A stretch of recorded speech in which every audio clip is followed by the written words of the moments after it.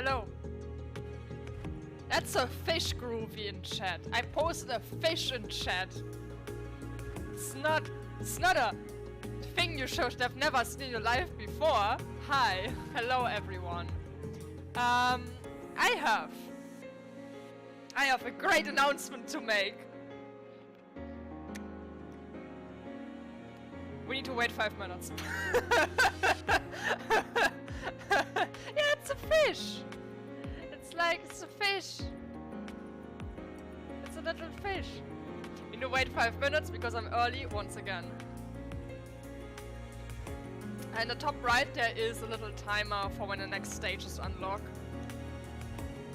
Man, I fucking hate this about Azur lane events, that for some reason they decided when they decided at some point where it was like, yeah, you know what would be fun if we just unlock the second part 25 hours after the maintenance stops. Not when the next fucking day actually gets the daily reset, nah. Just like in the middle of the night for most people. So dumb. So dumb.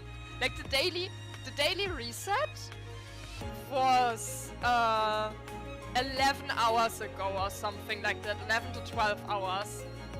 So dumb. Because it also makes, depending on where you live, you just miss out on the entire first day of event 2, of the second part being up. You just miss it flat out. That's why stream is so late also. Also, I finally got the clip thing for my phone.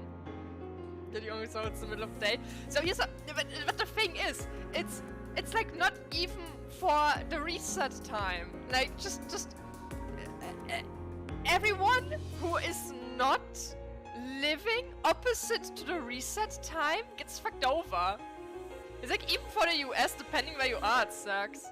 You need to wait 5 days for the final event quest. Oh my god, FGO, yeah, FGO is really, really bad. I played it for a while. Also, FGO has like the wildest maintenances. The worst maintenance Azur lane had, it was only on specific servers where the maintenance was just like 2 days or so because the event didn't work. But it was only for some servers. But FGO is just fucked. So yeah. I'm gonna sip my coffee while I wait. It's probably to update the game anyway after the timer runs out, because it probably is like needs to download 1 bit to unlock it. No pain. My condolences. I actually really like FGO as a game. I had to drop it though because it was just too time consuming. The fact that you have to actively play with like no auto whatsoever was just like a deal breaker for me. I know that the new Lost Belt with Oberon got recently released on NA. I was actually like super looking forward to it, but it's just the game was just too time expensive. I just didn't have enough time.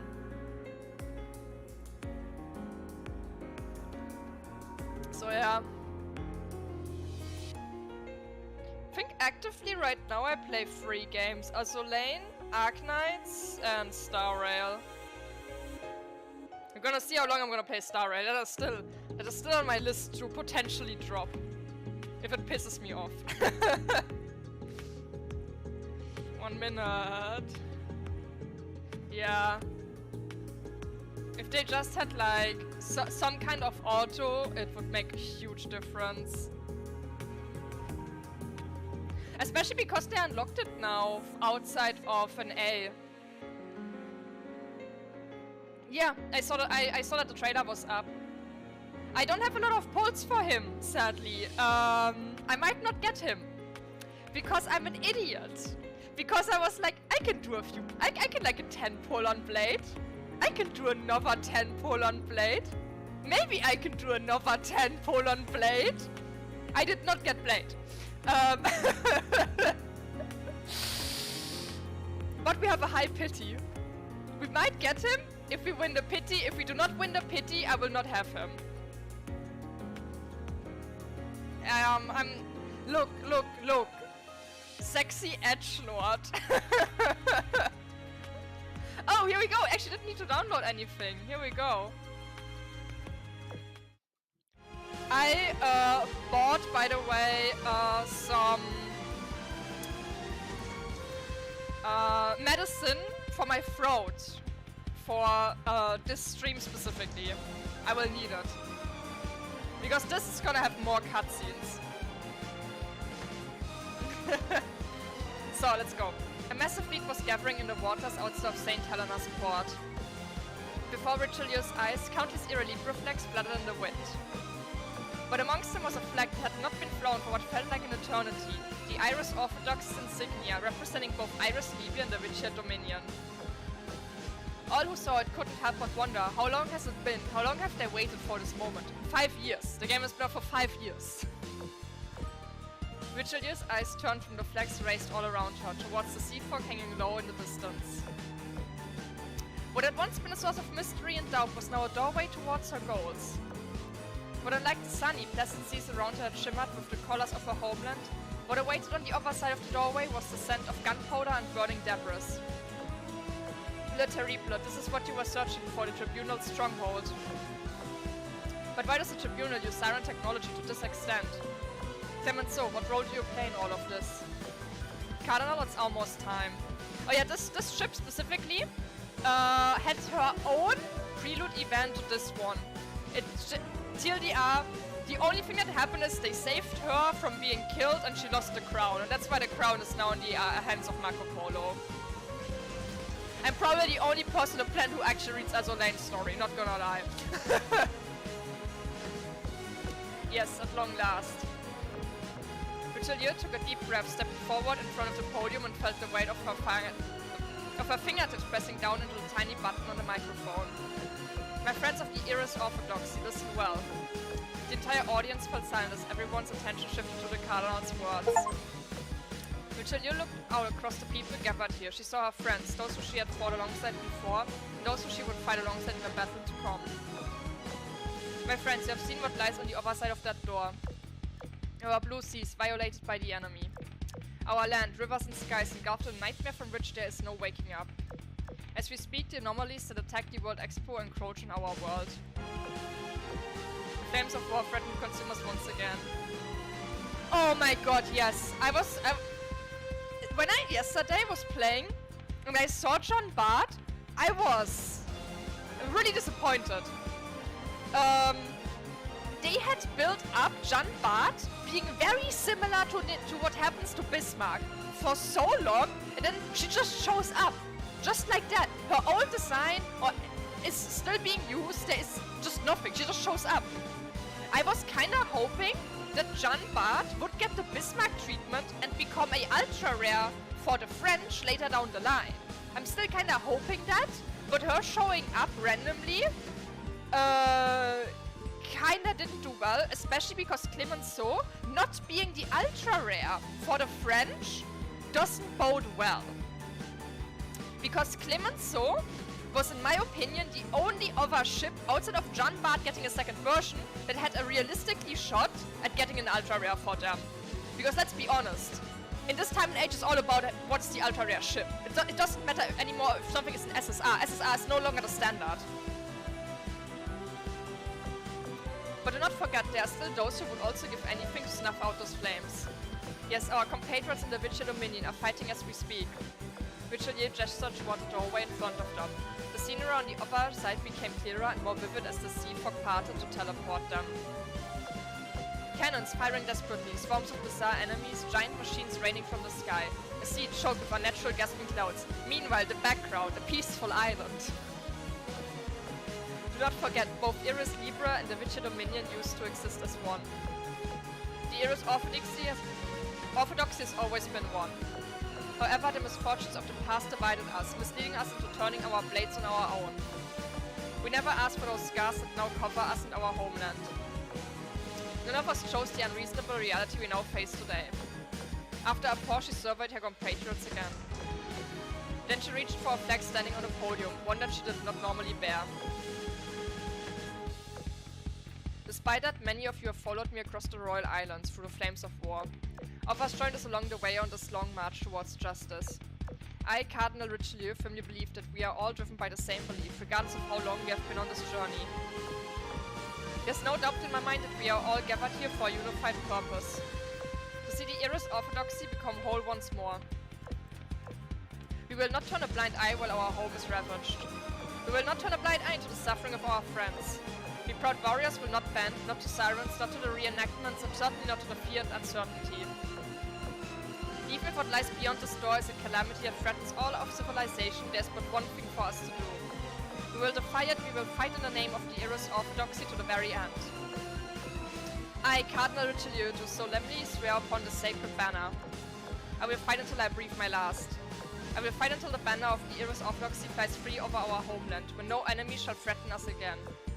Come, my compatriots of the Iris orthodoxy, time is upon us. Wait anchor, we set sail for our motherland. Their vessels rumble like thunderous applause. Thus the glorious march of a unified Iris orthodoxy had begun.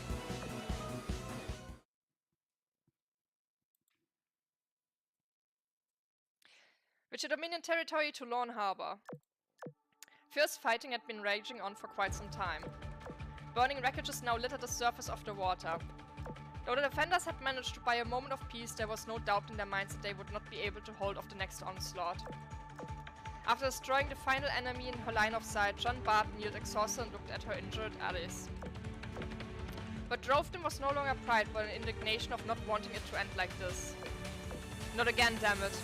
Am I just losing control of my emotions? Or did I make the wrong decision? Did I lead my friends to destruction again? Jeanne Bart, the next wave is coming. It's not just mass-produced ships this time, they have more forces in the skies above and waters below. What should we do? Good question. I am sure wish I knew the answer. First, Richelieu, no Clemenceau. Why must we suffer betrayal after betrayal? Yo, the entire split with the French makes no fucking sense, I'll be honest. The way how ships are split up into Iris and Vicia is just so fucking inconsistent. And there was I don't think there was ever a single event where they pulled it properly off, that they're like really opposed to each other. They always just have been like, haha, we kinda like each other. We do not oppose at all actually. It's just the tribunal that is kinda weird. We're just like, bruh, why were they not the same faction from the get-go? Splitting them up was always a dumb idea. Yeah. Man, people give Ironblood a lot of shit that they don't deserve. I think Ironblood really needed a lot of the events that they had coming. It was definitely an issue that it was too many of Ironblood events at once, but they really were necessary in the long run to build up for what Azur was going to do anyway. It just was unfortunately timed, so therefore we had a bit too much at once. Jeanne Bart numbly pushed away the cord from her communicator and sat down in the water.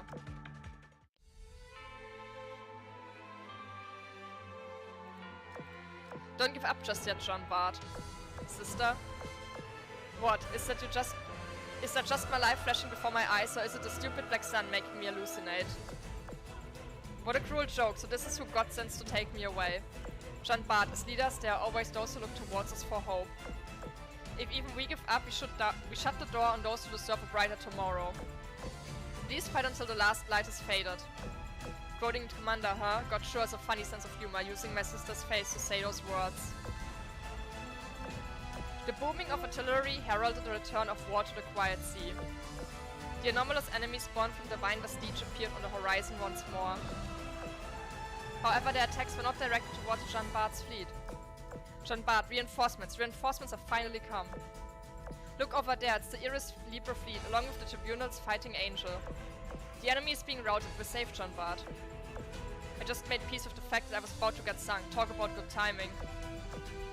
But if both the Tribunal and Iris Libra are here, does that mean that the conflict with Clemenceau was just an elaborate ruse? Jeanne Bart could not make sense of the words she was hearing. Her emotions had been roiling for so long. What did it all mean? Could she afford to hope again? Iris Libra, the Tribunal together. What's going on?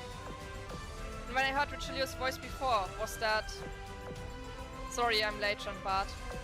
No matter how desperate the situation is, we must not give up on hope. Otherwise, we will not be able to seize that brief glimmer of light when it finally arrives. Cardinal Richelieu, why are you here? Oh yeah, right! I forgot about this. Right now, at the same time, isn't like shit going down in Camelot? Man, it's sometimes it's really a bit weird thinking about that something is running simultaneously, because the World Expo's been going on for so long, it's really been screwing perception of when stuff is happening. You didn't come just to laugh at me, did you?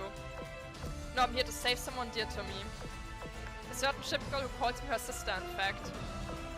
Though it wouldn't hurt to call me that one more often.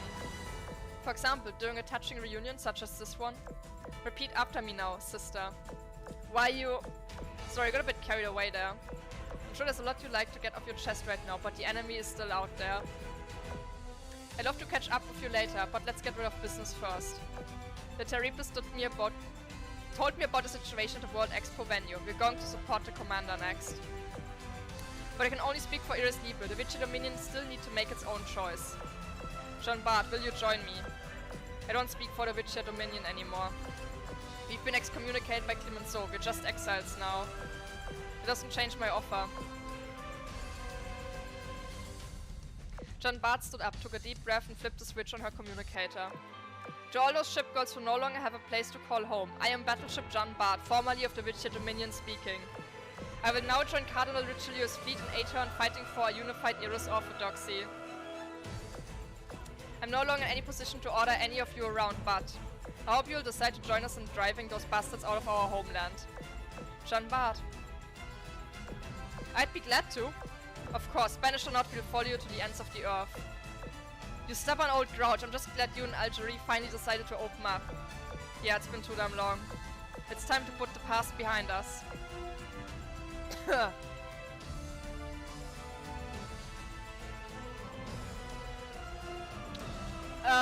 Sadly, I'm pretty sure that the next event, which is going to be, if I'm not mistaken, the JP anniversary, is probably, sadly, going to be another IGN event.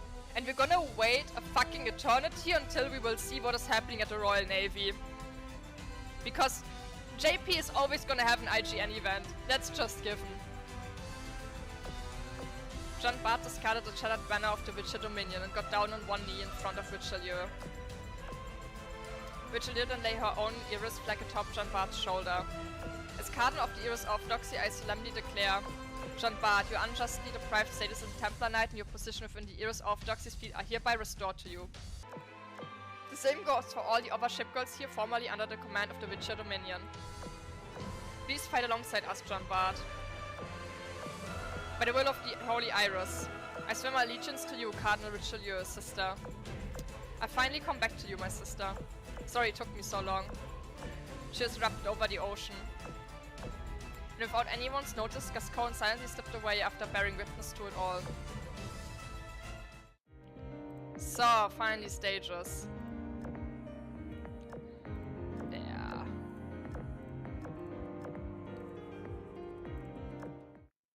And more cutscenes! I'm gonna drink more coffee. Sometime in the past, unknown occasion with an iron blood.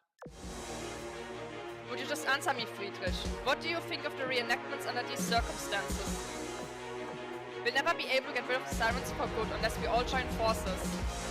Naturally, but your proposal isn't grounded in reality. As long as naval HQ's influence any forceful attempts to unite the factions will end in failure. Even a superficial alliance will come to naught, just like the previous Azur.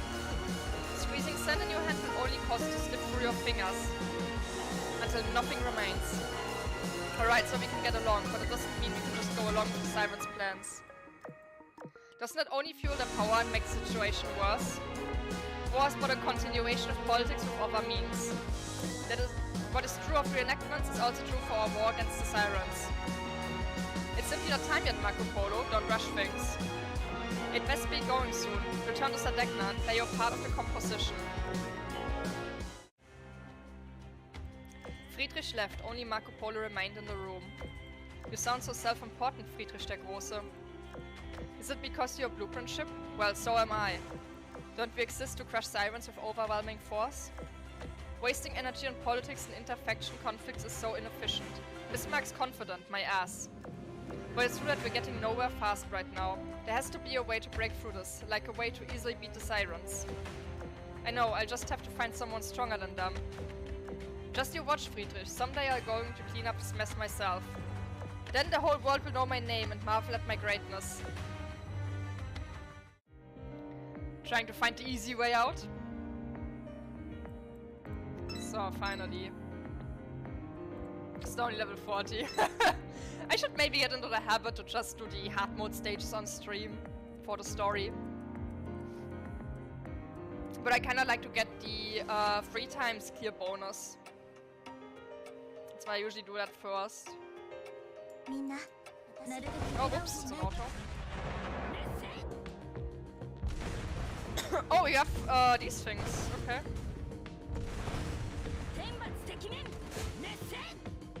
Kinda cool, like they actually put them on the stages. I like that.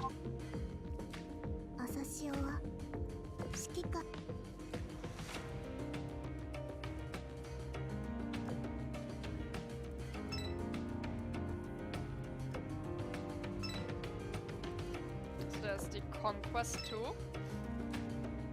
Man. It's been 5 seconds. It's been 25 minutes. If you want to be really pedantic about it. And I already can feel that my throat hasn't healed. I need to drink a lot of water.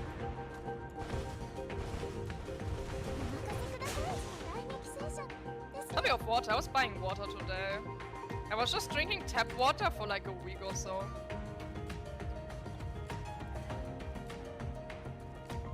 And it tastes bad. Because my pipes are old, that's why. I think there's probably a high chance I'm gonna get sick if I keep doing that.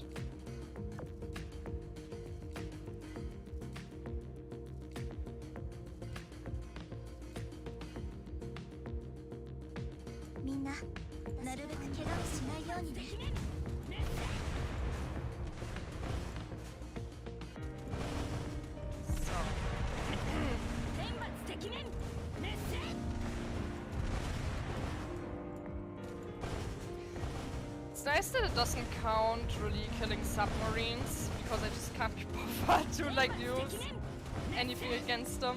What else have I prepped for that? Oh, nothing, it's just hollow for me, okay. As expected.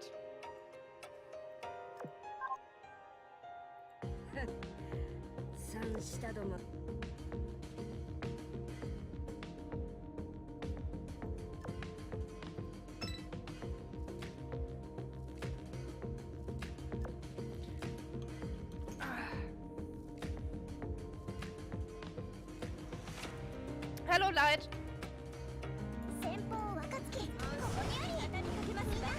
So yeah, tomorrow I'm gonna do something incredible because I'm gonna cook. I'm gonna be making some noodle salad for the barbecue in the evening with my family. Highly scary to hear that from me, but I can indeed do dishes. No, not on stream, I'm just doing that myself. I'm not gonna do a cooking stream, fuck that. I don't have the space or capability to do so. With the fall of Marco Polo's throne, everything had changed in an instant. The sky went dark at once, as if a purple curtain had been drawn over it. Beneath the artificial night sky, fear and uncertainty continued to grow despite the victory. Clearly, things had not gone back to normal, even with Marco Polo's defeat. Danger was still growing within the darkness. Man, Marco Polo villain arc was not well executed. Like they have been trying to tease her as like being antagonistic in a really annoying way for so long, but at the same time it's like, oh no, she's not actually bad. Me. It's just I like the idea of ship girls being villains, but it's just not as well executed here at all. Cooking stream, grass cutting stream. Watch grass grow stream. Good day, or rather I suppose I should say good evening now. Did everyone enjoy Marco Polo's curtain call just now? Commander, we seem to have a call from Clemenceau. That's right, it's me, Clemenceau from the Witcher Tribunal. I would have loved to meet all of you and enjoy our time together at the closing ceremony. But alas, who could have anticipated all of this to happen? How shameless, acting like you weren't a part of this. You were also the one who sicked those mass-produced ships and gazed on us, weren't you? Right before they landed, you transferred all of your own Witcher ships away. You're not going to giggle and say all of this was just an act, are you? Just right, you better give us a believable explanation for everything that happened. Oh my, is that the name you came up with Oh my, is that the name you came up with for my divine machines? That's cute. Clemenceau, don't change the subject. As the host of this World Expo, I demand an explanation for this catastrophe. It was all an act. You'd be surprised how close you are to the truth. Situation that necessitates the emergency transfer. Had I not done so, Marco Polo would have attempted to coerce them into betraying you, and I would have not been able to release the Horsemen of Conquest. Likewise for the Tribunal's mass-produced ships, they were all a facade to convince her that I was on her side. You understand, don't you, Commander? The Skybound Wall could easily withstand the Divine Machine's attack. My transgressions did not just truly place you in harm's way, so why not put on a show to earn Marco Polo's trust? In other words, you knew her plan from the start and you've been pretending to work with her all this time. All to stop her in the end. Exactly, I feigned cooperation until their plan reached its very climax. Didn't you think the shot was perfectly picturesque? I must admit it was quite magnificent, but what was that golden armored machine? Is it related to the divine machines you were talking about? Somewhat. This is a weapon called the Mechanicus Harbinger, developed and secret by the Tribunal. You may be able to trace its roots back to Marco Polo, but rest assured that it is under my control. I suppose we should content ourselves with the knowledge that they won't attack us anymore. But Clemenceau, do not assume that everyone will be satisfied with that alone. The Marco Polo I know would never come up with such a dangerous scheme. If you cooperated with her, having full knowledge of the danger of her schemes, then that makes you a co-conspirator. No, worse, you enabled her. That's hardly fair, Vittorio Veneto. Even knowing her plans, do you think I had the capacity to stand up to the power she wielded? If there was even the slightest leak, her first order of business would be eliminating the Tribunal, given our speciality in information manipulation. Regardless, we still haven't cleaned up the mess she made. I have my subordinates recover her. For now, shall we meet face to face? Though I'll have you know that I'm already on my way to the Witcher Pavilion. What about the fleet in Toulon? Are they safe? We just learned that Jean Bart's fleet has been struggling to fight off the enemy assault for some time now. A Royal Navy fleet is on their way to reinforce them, but the enemies on the way have slowed them down. We don't know how well that secret passage will continue to function either. If the Tribunal has mobile forces to put to work, then I expect you to stop the enemy reinforcements heading to Toulon. Yes, of course, Commander. Toulon is in Iris territory, and Jean Bart is a sister ship of mine. I'll see it done right away. As for the secret passage, I'm sure I've used it by now. As for the Royal Navy's fleet, why don't we actually let's discuss this in person later? The road here is a bit difficult to traverse, so I'll get back to you later. And she hung up. She really does march to the beat of her own drum. In a way, she's like Prince Eugen, or worse even. Another call, this time it's Cardinal Richelieu. Suspicious timing is related to that hidden passage the commander mentioned. Pick up the receiver. This is Richelieu speaking. Commander, representatives of the World Expo, I'm happy to see you all safe. Our fleet has already arrived at Toulon, confirmed the safety of Jean Bart's fleet.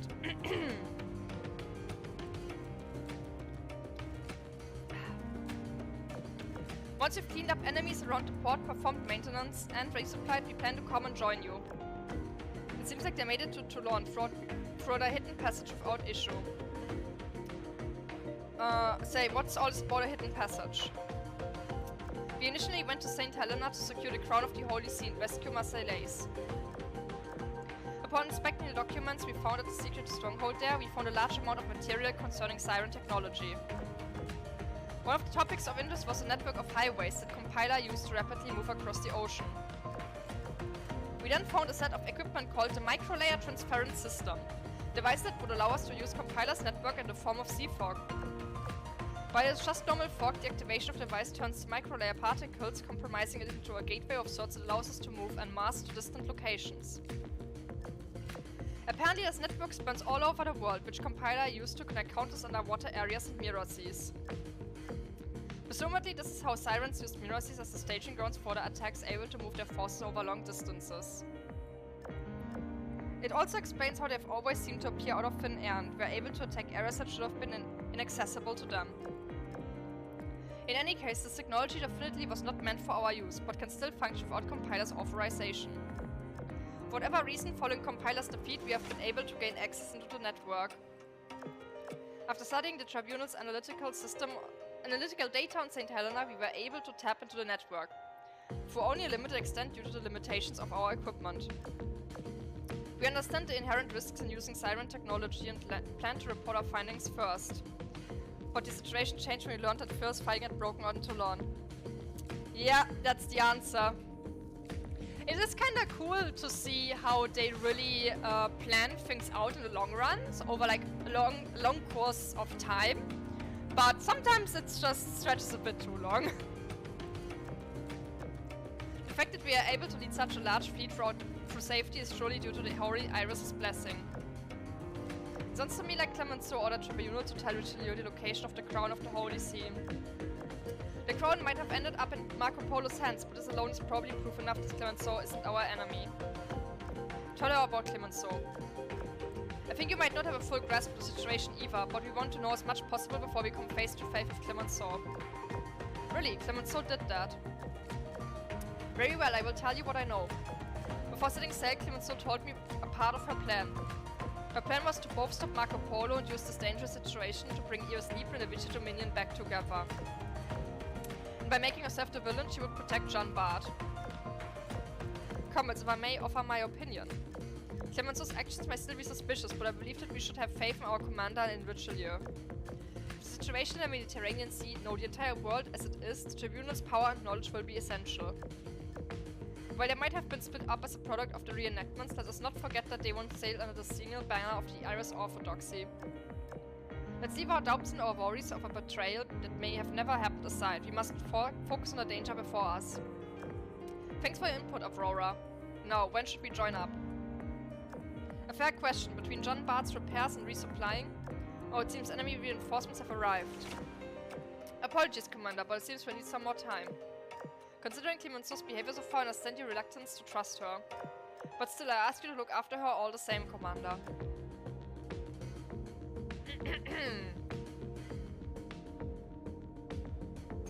Man, already sipped my coffee empty. Almost. Let's clean up all of this trash.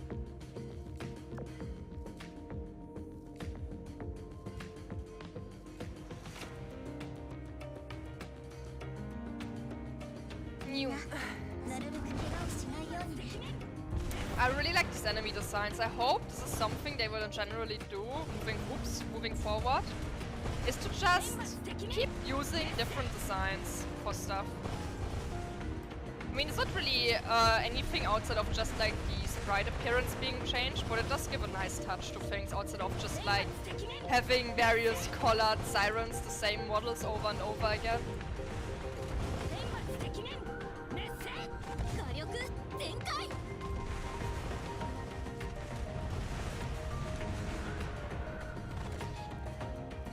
Man, Musashi's reload is really slow overall. She has the same gun as, what's her name? Haruna. But still.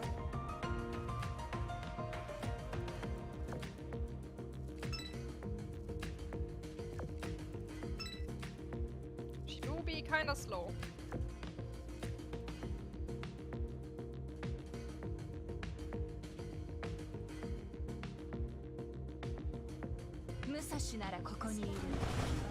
The hermits? Ah, okay. Yeah, but like the knifing arbiter, sirens, it's the classification is kinda that's still the same in the end. In the end, they're all gonna get shot to bits.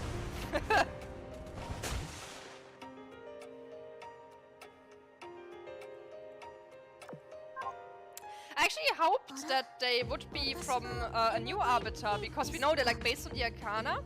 I kinda thought at the beginning it would be maybe the appearance of Justice or Judgment due to the theming of the event.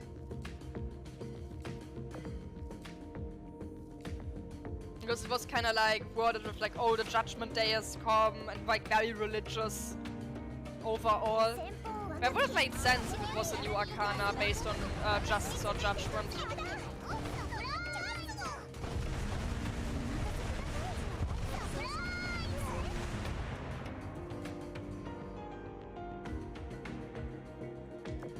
Hero Fund?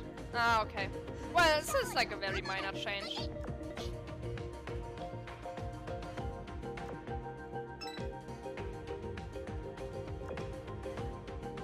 Also, so far, the arbiters really aren't different from each other.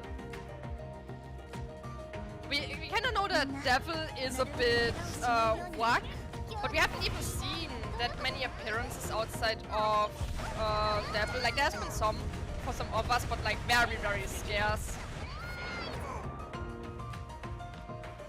And then obviously the tower is kind of weird. Tower is interesting. I like it.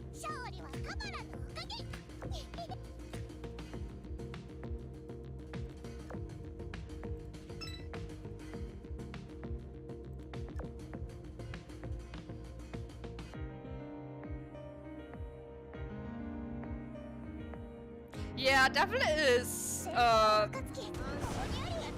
definitely the most active also. It seems kind of weird how more arbiters haven't caught on yet that Devil is anomalous. Because she clearly is anomalous. It's strange that the other arbiters haven't been more active in trying to subdue Devil.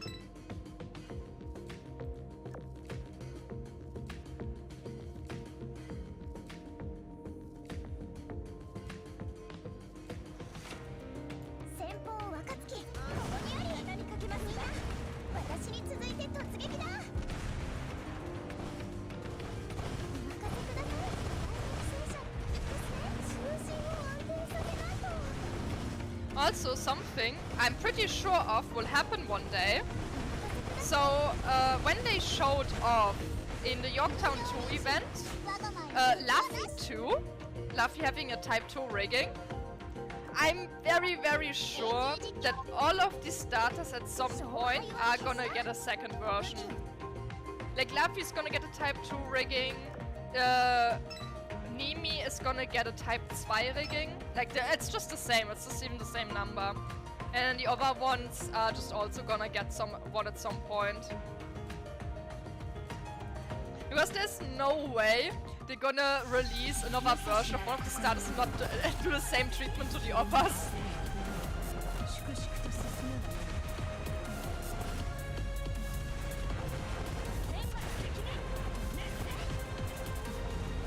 I like this music. It's good. Music overall has been a banger.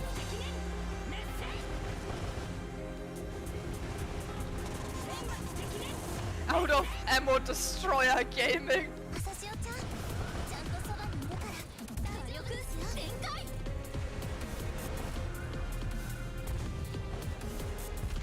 The tower is like, we know that some of the metas like work with it, like Arizona for example. But at the same time, it also seems like even the meta ships that work with tower are like, yeah, you shouldn't use it. They kinda chastised the use of the tower, but at the same time they are working with it. Where it's like, it's a weird deal that they have going on, it seems like.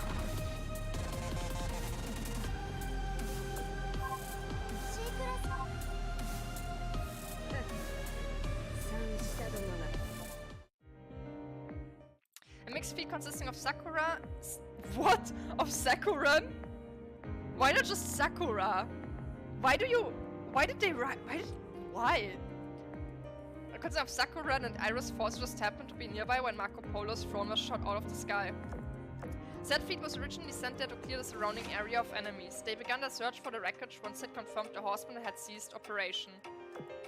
It didn't matter whether Marco Polo had lost her mind or just been manipulated. She had to be rescued. I think the throne is somewhere around here. Keep your eyes peeled, everyone. While the whole sky darkened after that explosion, the area ahead feels even darker than its surroundings. It's as though something is blocking the light or absorbing it, like a black hole. This is a good time to turn on my searchlights. Now it'll be easy to... Shimaka's searchlights up the sea around her and also revealed a misty hole in space. Whoa, it's pitch black. Is it swallowing up the light? That's just like a black hole, isn't it? The light could not pierce the darkness. It allowed everyone to clearly see its outline. It's like an egg, jutting out of the water. Does that mean there's more of it underwater?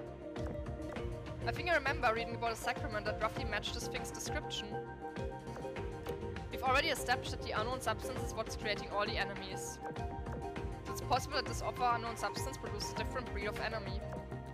The clouds swallow our aircraft and spit out twisted versions of them, while the cocoons produce enemies reminiscent of mass-produced ships. The aircraft were liquid and the mass-produced ships were solid, therefore perhaps this hole creates gaseous enemies? It will explain why your searchlights are inefficient and the gas is really dense. I don't think they will release Yamato yet. There is a high chance it's gonna be Yamato, but at the same time I doubt they're gonna use her already. Amagi coming as an aircraft carrier is a good guess. I can see that happening. That is a pretty good guess. Because they also teased Amagi still like being out there for so long. Assuming this thing does spawn more enemies, we should destroy it now before it becomes fully operational. What do you think, Shinano? Should we attack? This one is inclined to do so. Lady Jan, what do you think? On the one hand, we should study what we're dealing with. On the other, I agree with Noshiro. I think that we should back off and bombard it with our aircraft. That way we can retreat quickly if something happens. If Marco Polo for some reason is inside it, she'll suffer less damage than from direct cannon fire. So be it. Hakuryu, prepare your bombers. On it, been waiting too long as it... When did she suddenly coughing? Wait a minute. She was here this entire time? Huh? Interesting. On it, been waiting too long as it is to use them. Hakuryu's aircraft dropped their bombs on the foggy cocoon, engulfing it in explosions. The very next moment it retaliated with a shockwave. It took everyone, Hakuryu, Noshiro, Shinano, Jan. The black mist engulfed every ship girl who stood there. Flashback, somewhere in the Sadegna Empire. In a strikingly decorated office room, Marco Polo sat at her desk with a defeated expression. Another failure. And that one and that, and this one too, they've all failed. How is it possible that I, the one born to spread Sadegna's glory, failed time after time again? I can't think about it. It's the Sakura Empire. Akagi and Kaga. Akagi and Kaga are 100% gonna get upgrades at some point. The fact how they just gave so much spotlight to Akagi when she like wrecked that Arbiter vessel is like, yeah, there's something going on there. And especially in this event, how Shinano mentions that there is like how when Commander goes to Shinano's dream, he sees a person clad in red and black. There's only one Sakura ship in red and black that would be relevant to be mentioned there, and that's Akagi. I don't get it. Why won't anyone understand me? I want to restore the Empire's glory. I want to spread it all across the world, but nobody emphasizes my cause, no matter the approach I take. Not the carefree Veneto sisters, not those who are perfectly happy languishing away in mediocrity. I'm so tired. Is there nothing I can do? Jifa limped onto her desk and she took hold of an ornament furiously left lying around. This cross must be ancient. Has it always been lying on my desk? She fixated her gaze onto the small cross, as if at this moment there was no object in all the world more worthy of her attention.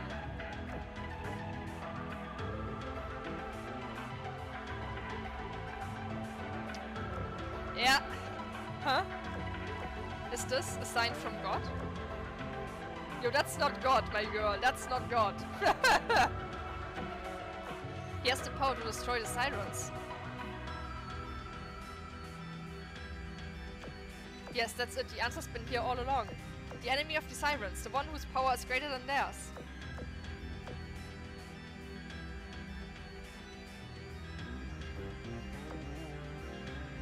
Yeah, nah. Marco Polo, you got played like a fiddle.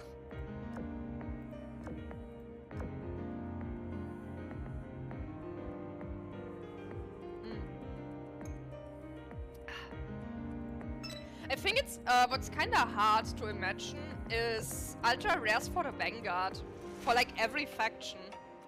I don't think there's any faction where I can realistically see any Vanguard ultra rare coming out outside of Alaska. I think she is the only one that would qualify for a Vanguard ultra rare.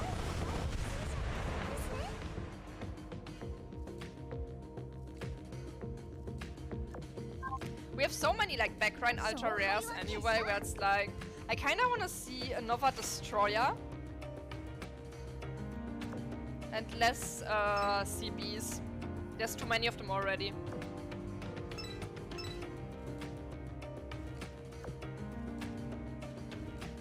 Actually, thinking about it, a gacha ultra rare light cruiser hasn't been done yet.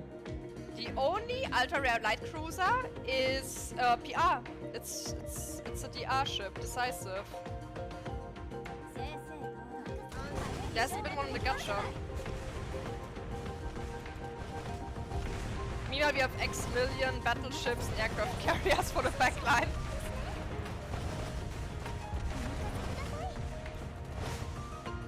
Man, not gonna lie, I was really sad when there was another Ironblood being announced for PR ships and not a submarine. Not being a submarine. It's nice as a destroyer, but I really, really, really want to see a Ironblood ultra rare submarine. Des Moines for UR Eagle Cruiser, yeah. Eagle Unionist has the most picks for ultra rares overall. We have a lot of stuff.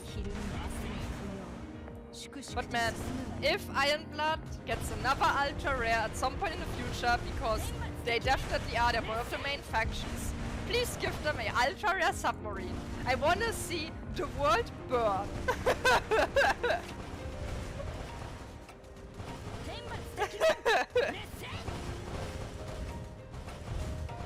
I don't like Hindenburg that much. Schultz is pretty nice, but Hindenburg is very boring. Very, very boring. And her design is copied too much from Aegir. For not being necessarily even related, they look too much the same. Like, Aegir looks epic, but Hindenburg doesn't work for me.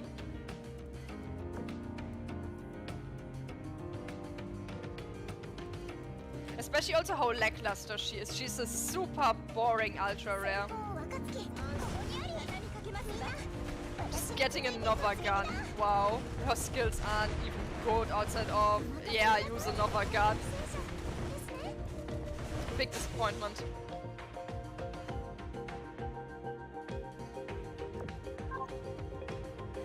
Also, there was no need for them to get another ultra rare slot. There really wasn't. Type 22 U-Boot and Future Advances U-Boot in World War II. Type 22. Let me look that up. I don't know what. I actually don't know that one. U-Boot 22. World War II. German. Deutsch.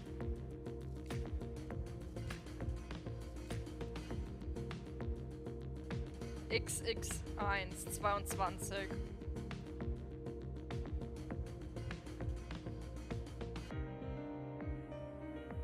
Okay, yeah. Interesting.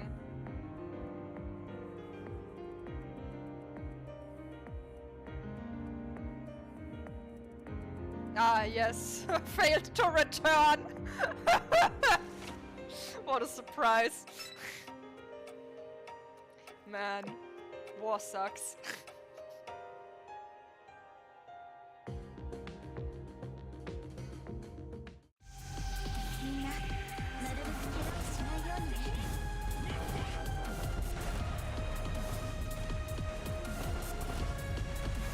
I'm kinda hoping for the JP anniversary that we'll get something about just more content that is not event, like permanent content. This is my biggest hope. I'm not surprised that they didn't announce anything in that regard in the EN stream, because EN never gets those announcements. EN is always gonna be behind JP and CN if it comes to like big streams. It's just how it is. So I'm hoping that on the JP one, they're gonna announce something for like stuff outside of the usual. Like World 15 or just like the rumored roguelike, which apparently exists since like 3 years, being rumored. So, when Shino's feet attacked a black hole made by the gaseous substance, they were suddenly pulled deeper into the darkness. Shinano, are you okay? Yes, worry about the others instead. Shinano, we're in a real mess. Some weird enemies are crawling out from the dark goo. Fragments of nightmares, echoes of ruination. They only show themselves in this one stream to death. Why are they here? This is an ill omen. Jan, take everyone and evacuate. It will be done. Saffron, male breeze. Turn about, face and secure an escape route. No, Jan, we mustn't send anyone ahead on their own. Going the way we came to is uncanny. If this one's hypothesis is correct, this boundary is like a dream. If we choose a specific direction, muster all of our strength, we may escape from this nightmarish domain. Nightmares may be formless, but if we have been drawn into one from the real world, then there must exist a border between them. The enemy knows this and they will try to surround us. Still, if we can break through, we may return to our home world. You're so familiar with this, Shinano. I'd like you to choose a direction for our charge.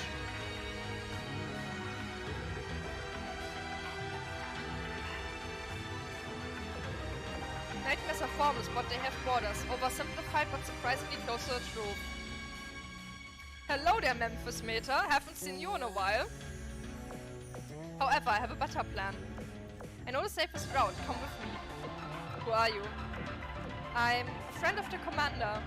You are a simp. You are a simp of the commander. I'll explain later. Just trust me for now. If we waste any more time, we'll miss our chance to escape. Yo, I want Memphis Meta and Memphis to encounter each other.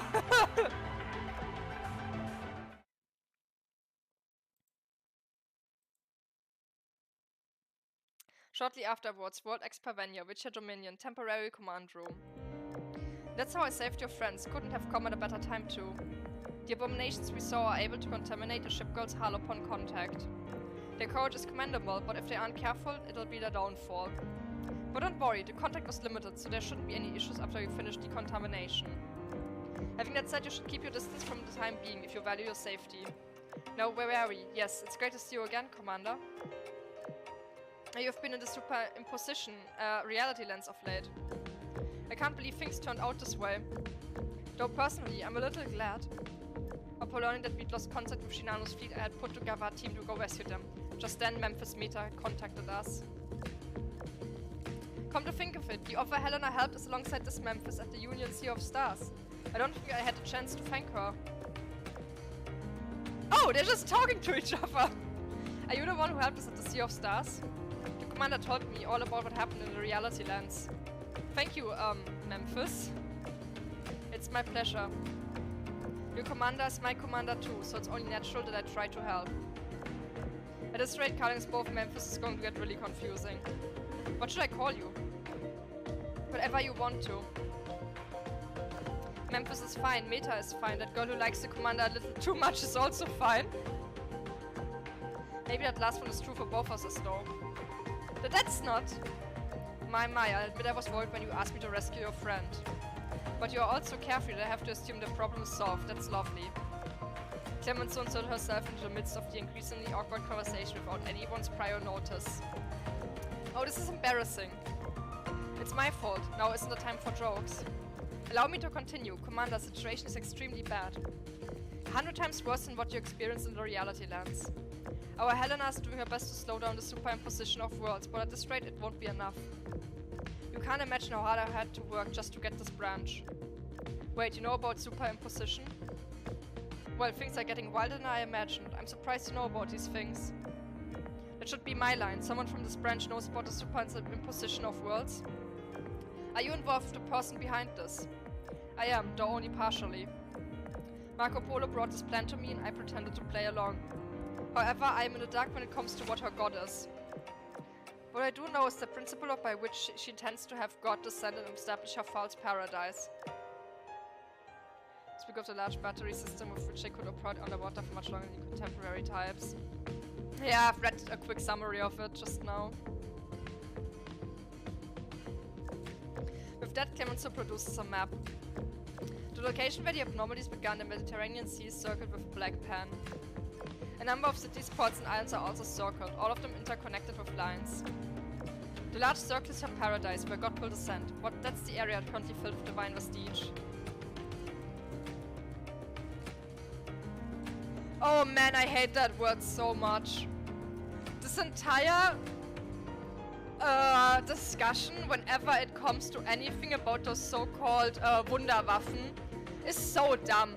There is so much bullshit being flown around online about the wildest German plans, where it's just like, okay, yeah, they were like pretty fucking insane, we all know that. But there is a lot of shit that people are just pulling out of their ass at this point, especially when it comes to that topic. It's gotten so volatile. But yeah, it's like they were crazy enough. We don't need to like overly exaggerate a lot of things. It was horrible it was horrible enough. Ja, ich auch. Hallo. The large circles of paradise where God will descend. That's the area currently filled with divine vestige. I believe the small circles here are conceptual anchors meant to create and maintain the domain. Conceptual anchors?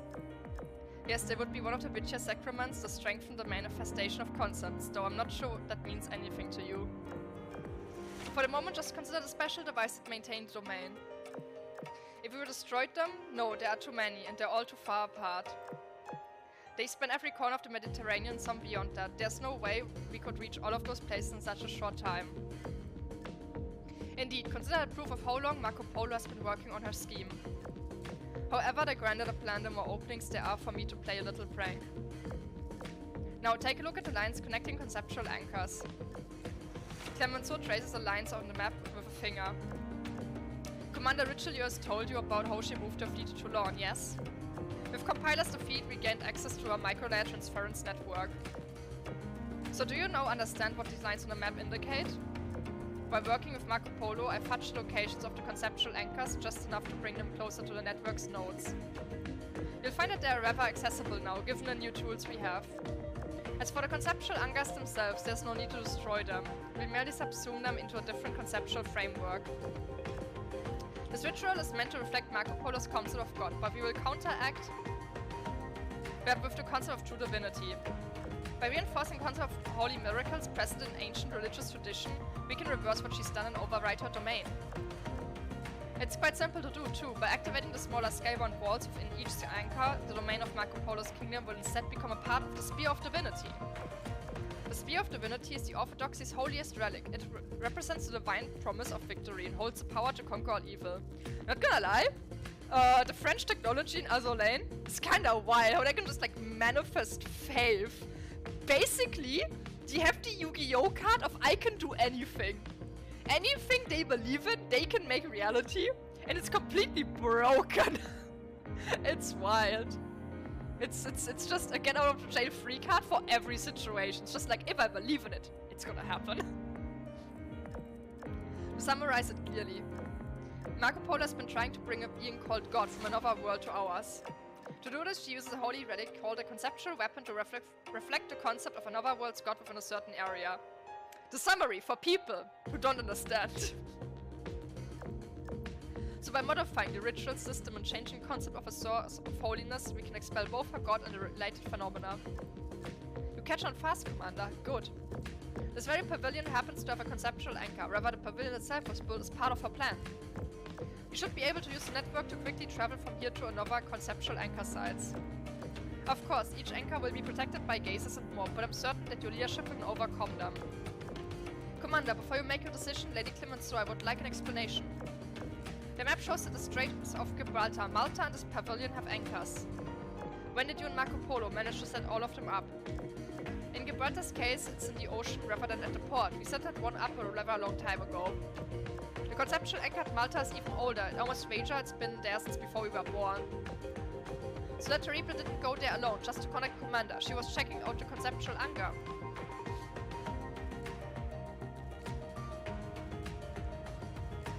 Oh man. It's only been an hour. I'm having issues already. If not for the Commander, I'm sure she would also be able to manipulate us to no end. Oh, don't be so modest. Intelligence just happens to be the Tribunal's speciality. So, do you have any other questions? I think the most important thing is how you glossed over superimposition before. What exactly does that mean? Oh, I'm sorry. The Commander accepted it so readily, therefore I didn't need to explain. The most up way to describe this is everything we see before us right now is simultaneously real and not real. Everything in Marco Polo's paradise is a carbon copy of reality, much like a computer simulation of the real world. However, through a ritual, she was able to layer the simulacrum on top of the real world, which is also exactly what that mycelium-like substance is trying to do. You could say it's like making art by putting a layer mask on top of the specific part of a canvas you'd like to change. You're not painting on the canvas itself, likewise it doesn't affect the real world on its own. But when I got the sense that two superimposed worlds will become one reality, causing the art on the mask to override what's on the canvas. When that happens, will the original reality be trimmed away like a branch? Or will two worlds mix, creating a new one? And what is the identity of Marco Polo's god? Frankly, the thought terrifies me, so I don't want to think about it. The center of the abnormality is definitely the location where Marco Polo's throne fell. Based on the circumstantial evidence I've seen so far, it seems likely that the enemy we've been fighting to this point is there. Calling that into this world is nothing short of insane. If you've worked with Marco Polo all this time, knowing full well the extent of her plans, then there's no way I can trust you. I don't mind. I lead a shadowy organization called the Tribunal. I've worked with the cause of all this mess, and I've even displayed active hostility by sending mass-produced ships to attack you. However, Memphis Meta would think that none of this would matter to you. Do you not understand the value of my plan? If you really wanted to help the Commander, then you'd push for a decision instead of arguing. Regardless, I have some final adjustments to make to the network, so I'll let you handle persuading everyone. Understood, that girl who likes the Commander a little too much? Oh my god. This was just the first stage. Let me just collect all of this. Oh, we have 2 red skills going. What's the next non-red skill in the line?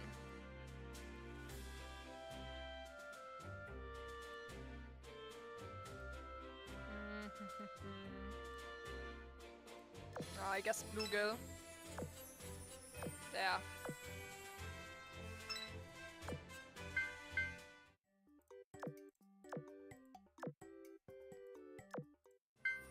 Wait, what's here? Oh, just for the munitions shop. No idea why it just like randomly resets sometimes like that. It's something they just never really elaborated.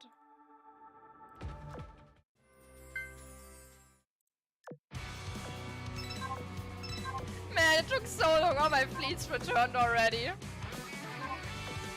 Go, girls, go! Anyway, continuing.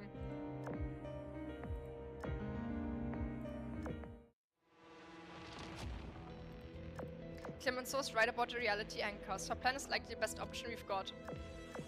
It's more practical and has higher odds of success than what I had in mind. As much as I hate to admit it, we should move forward with her plan. In the meantime, I keep a close eye on her until all of this has been resolved. I discussed Clemenceau's plan with Memphis Meta and members of all factions, and we all came to a consensus. From there, we swiftly moved on to discussing tactics and contacting all parties across the Mediterranean. At last, every shipguard we could get in touch had been mobilized. On my command, shipguards across Gibraltar, Malta, Toulon, Taranto, Rome, and Venice all activate the skybound wall at their respective locations. The remaining reality anchor, Nova and Stegner, would be dealt with after Littorio finished up in Venice. There was an additional anchor on Eros Orthodoxy territory, which the Chalier and her fleet were tasked with securing. While many of their positions had been caught up in reenactments, Naval HQ was effectively on lockdown due to the Divine Vestige, so they would reclaim these at the same time. Then there were the reality anchors in Africa. The map Clemenceau showed us used old place names such as Algeria and Carthage. According to her, it was tied to the anchor's concept. Since we had confirmed travel was possible to those locations via the network, it shouldn't impede our operation. For the time being, we simply stuck with the names that were on the map. These anchors could be dealt with by two forces, the Royal Navy and Ironblood. The Royals would handle the Algeria anchor as they were closest to it. As for the Carthage anchor, Eugen would lead a fleet to rendezvous with the Royal Navy in Malta, then travel through the network and secure it. Finally, there were the anchors east of the Mediterranean. Unfortunately, we didn't have the forces necessary to capture them right away. I considered rerouting the forces near that black hole, but it would be best to keep them close in the event of an emergency. We don't have much time left. The Divine Vestige is spreading faster than I expected. It's reached places even beyond the Mediterranean.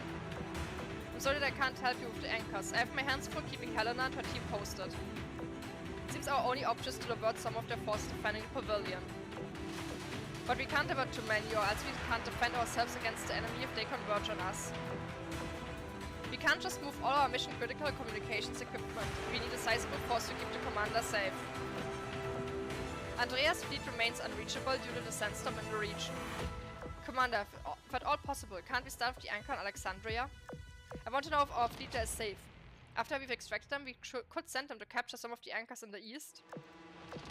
You make a great point, actually. I should bump up their rescue on our list of priorities.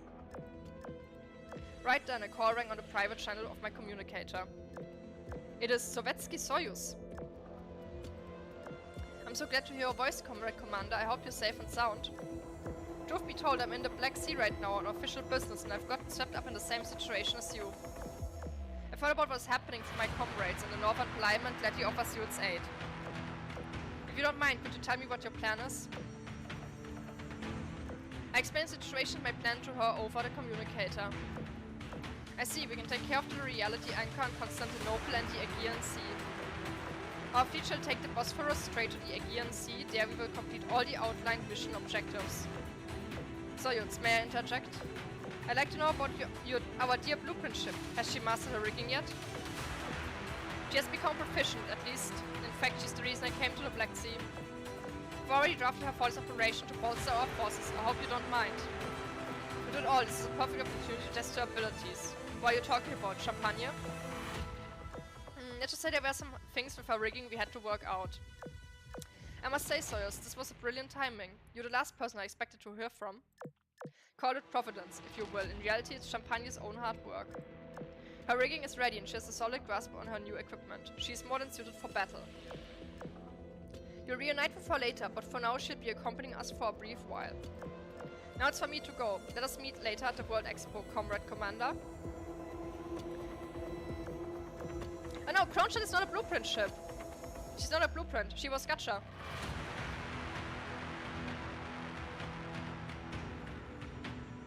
What is the Northern Parliament fleet doing in the Black Sea? Last I heard they were engaged in a major offensive against the Sirens in the Arctic Sea. Let's see if Clemenceau has any answers. Ask her about Soyuz. Actually, no, there's no reason Champagne would know anything about the Northern Parliament's major offensive. If Clemenceau's just got to dance around the subject, I might as well not even ask. Okay, cool. Veneto, I've returned. Littorio, thank goodness, are you hurt anywhere? No, even if I was, we'll have time for sisterly love later. I'll take a crisis of greater magnitude than this to break my spirit. Now, on to my report. The skybound wall in Venice has been activated. Other one will follow shortly. I think her hull was laid down, and that's it. But by the game, she's considered to be a normal ship and not a blueprint ship. Because she was in the gacha pool. Then there's our fleet in Alexandria, which you worry about. Sadly, I don't know anything about the situation. What I do know is that we have a soldier at the Suez Canal, which we can mobilize. Carabinier, I sent her there on a, let's say, diplomatic mission. Commander, may I borrow your communicator? I wonder why she hesitated for a moment when talking about her. It's not important at the moment, though. But you need more as manpower. And soon we have the tutorial called Carabinier home. Yeah, she's bringing the Dragon Emperor. Although we need all the help we can get there, we'll need a lot more than just her. Think. Isn't there anyone who could come to our aid at a moment's notice? Then it's time to bid farewell. With the Arbiter gone, we have no reason to stick together. In order to get off the singularity, head to the exit I told you about earlier, and you should be fine. I do hope we can meet again someday. Under what circumstances, I don't know. Maybe we'll share a heartfelt reunion, or we'll exchange blows as enemies. Wait, what about the thing you said before our duel earlier? I did say I'd tell you something you're going to like, didn't I? Don't worry, I remember our deal. Since you and our fleet managed to stay outstanding by the end of it all, I let you in on something good. You know what? I'll just give it to you directly. Man, this split point is coming back! This was a long time ago!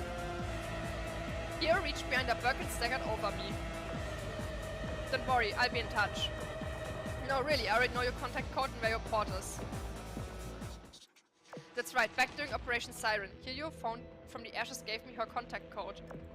I've always felt hesitant to use it until now. Let's see if she answers.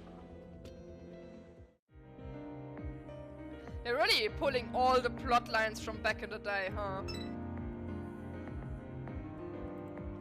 Just to finally wrap them up.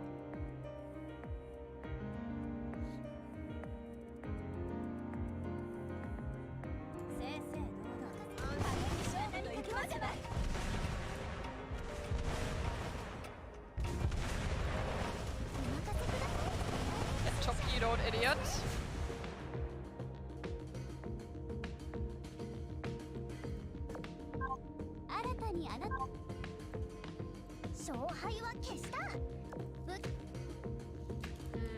Not much snacks left.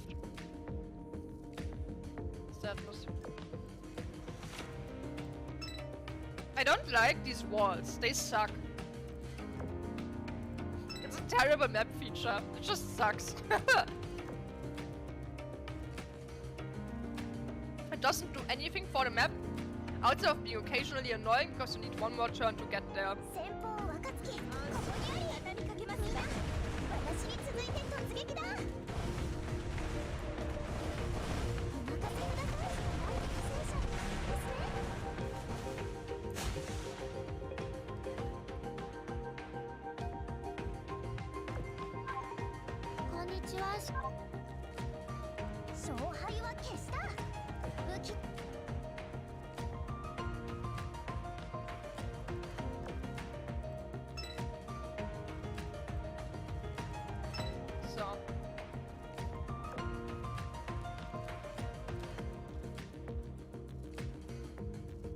I wonder, I probably managed to finish Shimanto in this event.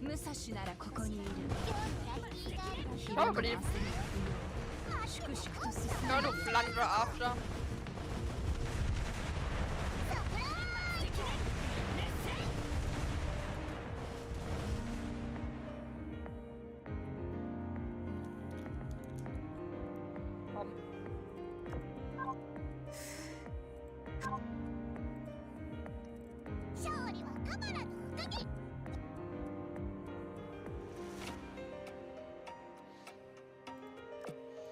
Oh yeah, Friedrich is just gone currently.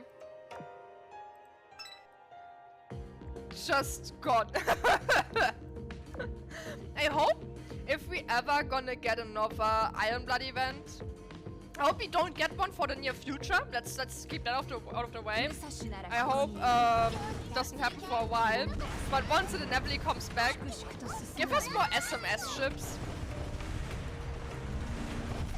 I'm kinda sick and tired of seeing all of these Ironblood ships being pulled out of the fucking ass. Let's just give us more old ships. That's just nicer overall.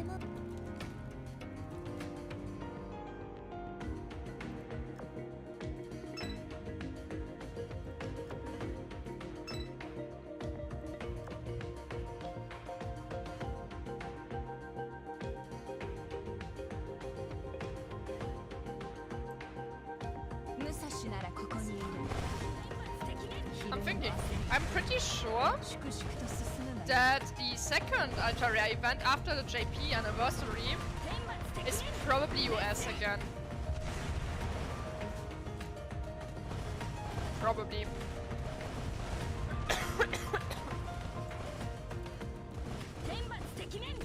And if it's gonna be US, it's gonna be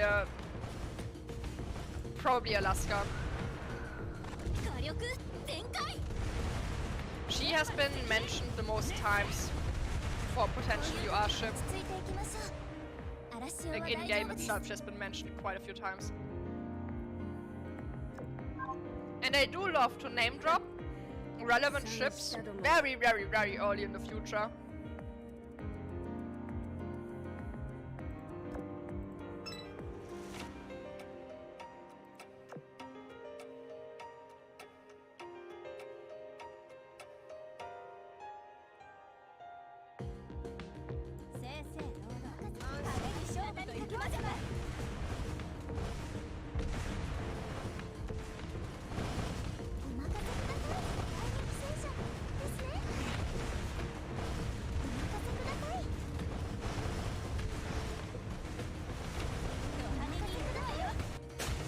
So.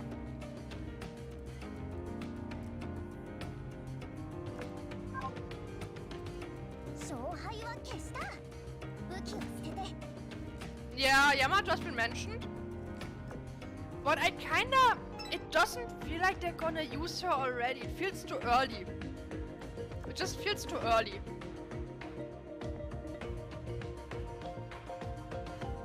On one hand, it would make sense if it's like Shinano, Musashi, and then Yamato. But at the same time... Yeah, at the same time, I kinda think they're gonna save her. The hype is just too big.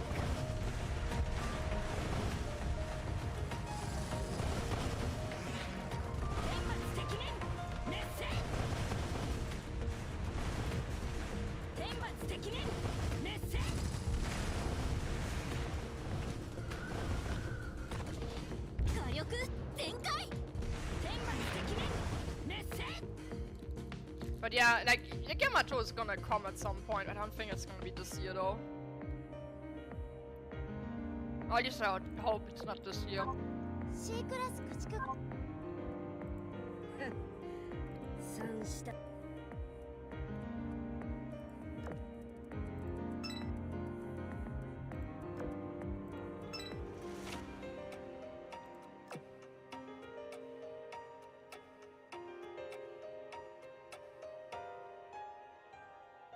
Some spot got sunk in his feet. Little purple cat spot to die.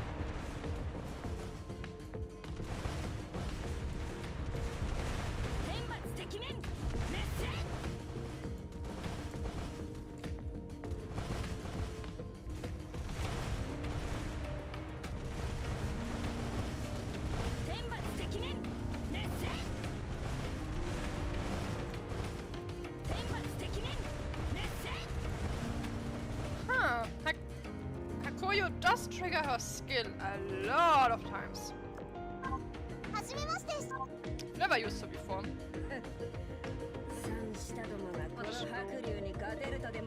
That's okay.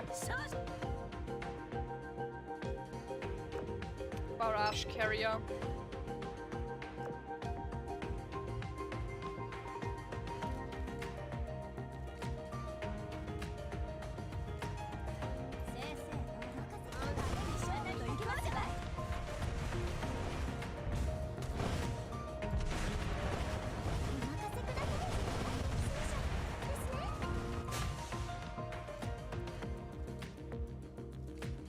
I'm getting hungry.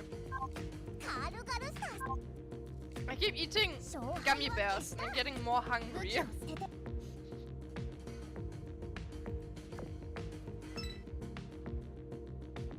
Probably gonna, oh shit. I'm gonna grab something to eat in like half an hour or so.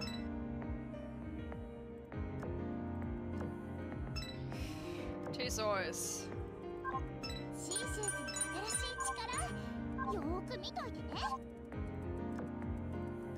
Who's next? West Virginia. Sadly missing 2 levels on her for the retrofit to finish.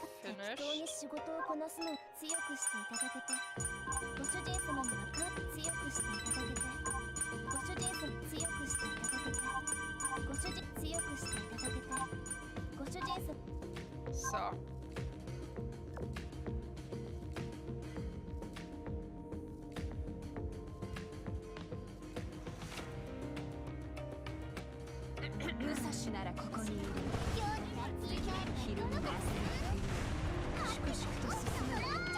Also, that I'm not talking so much, also the cutscenes is simply because I need to kind of save my voice a little bit due to the amount of cutscenes I'm reading. Sadly, it happens when I play as Elaine. Pizza! I want some!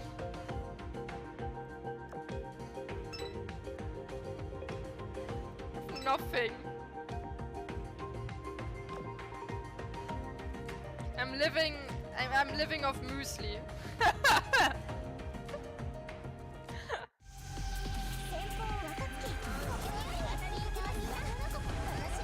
Yeah, I need to like make myself some bread in like half hour, so I didn't really eat anything most of the day.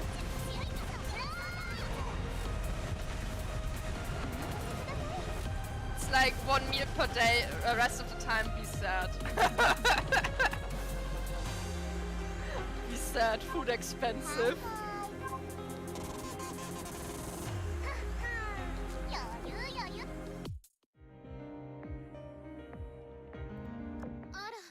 I was like buying like 2 bottles of water and a bit of like cleaning supplies earlier today. It was like, oh yeah, 21 euros. I was like, oh boy, fuck. It's like 2 bottles of water and like dish soap, basically. 21.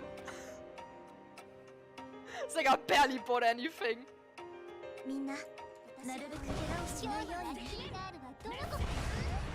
Just gonna chuck a bottle of dish soap as food.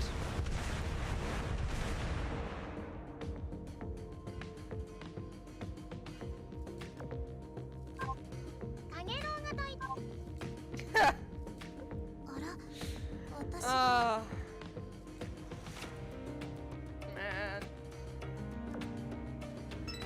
Food. I also like takeout is so expensive. Oh god. I live in like one of the most expensive areas, sadly. There's nothing I can do about it. It's just like, fuck.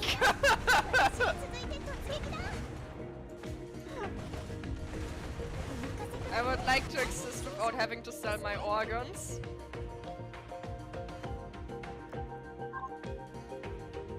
The döner inflation is real and it's bothering me. I didn't have one in such a long time. Because it's just not affordable. So recently I was in Poland and I got there was a Berlin döner kebab. It's like a chain apparently. There was one on the train station. I was like, fuck it, I just wanna eat one. And it was like translated into euros for like a meal with some fries on the side, like 1 döner and some fries. Was like 5 euros translated. Bruh. Compared to here, mega cheap.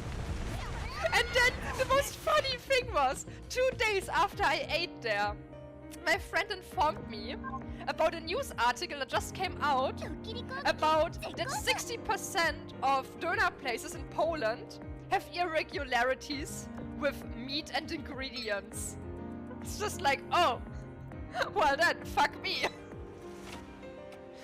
Probably ate like a horse or something instead of what it was supposed to be. Also, it wasn't...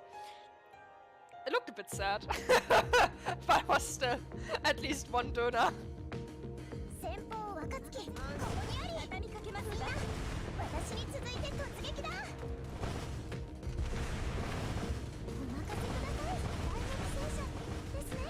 I just want food. From mines in the south. My condolences. Inferior Bundesland.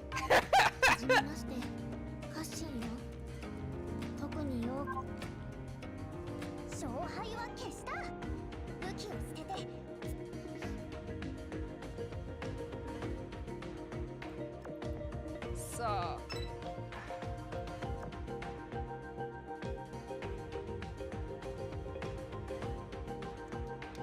I have some cheese in my fridge.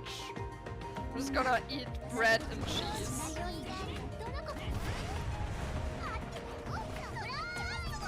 Whenever people visit me, like my friends or family, and they like open my fridge, I always get like, Joel, what the fuck is wrong with you? Why is your fridge empty? It's like nothing in there. And they're always like, why do you not have anything inside your fridge? And the only drinks I buy is water. Plain water. Because I just don't want to spend money on juice. I don't need it. I can live off water. I'm fine with that. But whenever someone comes over, it's like, please buy anything that is not just water. I know, it's the only thing that I have here, water and coffee. If you don't want water or coffee, well then you can die.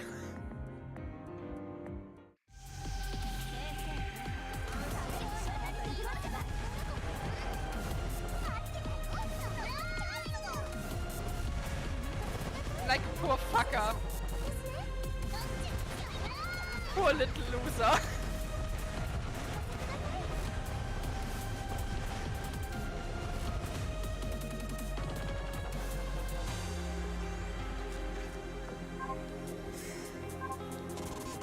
Water with fruit juice? Just like syrups. My dad sometimes produces his own syrups. I should just like take some. Father, please, 1 bottle of syrup. Any flavor is fine.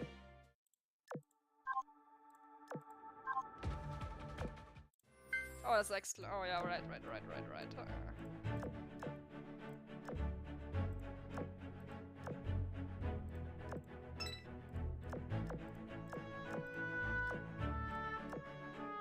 So, okay. What the fuck? That's not where I wanted to click. Wait, did they... Oh, I didn't even look at the new layout here. Did not bother with this at all. Oh. Looks nicer. Cutscenes! Yay!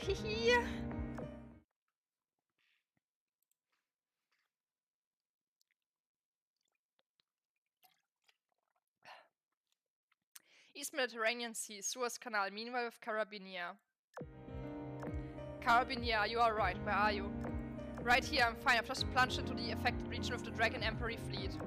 Are you doing okay, little Latorio? Something awful has happened, not just at the World Expo, across the whole Mediterranean. I'm just fine, let's be brief here. First, what do you mean when you say you've just plunged into the affected region? Right, so I was in the middle of a tea party with the Dragon Emperor representatives by the channel. That was when Shanghai noticed that something was wrong. She asked me to contact the Sadiq mainland.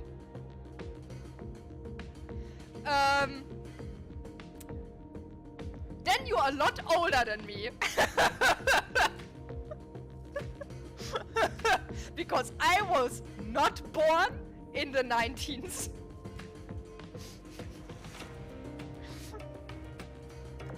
I couldn't get through though, so I asked Dragon Emperor reps to return to the venue with me. And now we've just entered a sea region covered in a weird substance.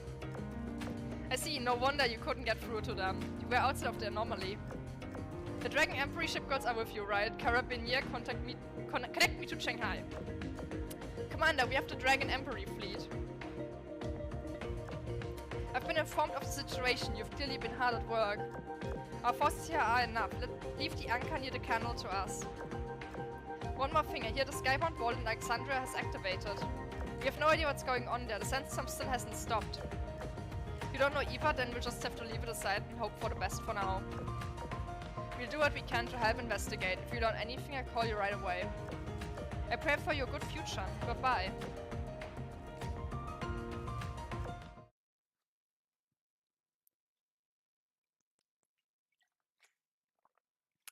Aegean Sea, Northern Parliament Fleet. Target annihilated. Requesting further orders. Soyuz, can we keep going forward? Slow down now, don't stay from the rest of the fleet. Okay. Have you finished collecting data? Yes, comrade, it's done.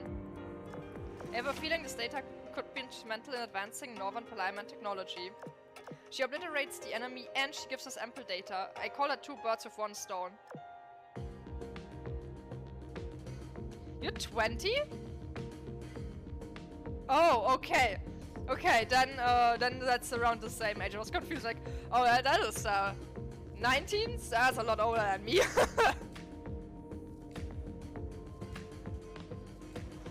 To be frank though, I wish we could collect data under more normal circumstances. Preparing conceptual anchors over such a large area, Marco Polo was as thorough as can be. Yet our intelligence bureau never caught wind of our preparations. Europa has gotten to legs, we need to tighten up in the future. It isn't all their fault, Kronstadt. The members of the tribunal are massive information manipulation, especially her. You, me, the Royal Navy, Iron Blood, she tricked all of us. No doubt Her Majesty and Bismarck are panicking too. I'd love to see their faces right now. By her, do you mean Marco Polo? No, Tribunal Representative Clemenceau. Clemenceau of the Witcher Dominion. I've never dealt with her face to face, but I've heard all of the Tribunal agents are forces to be reckoned with. If you acknowledge her to that extent, then I'm sure she's quite capable. The Witcher Dominion, What will happen to them if this is resolved and we have peace again? Assuming it can be solved, that is.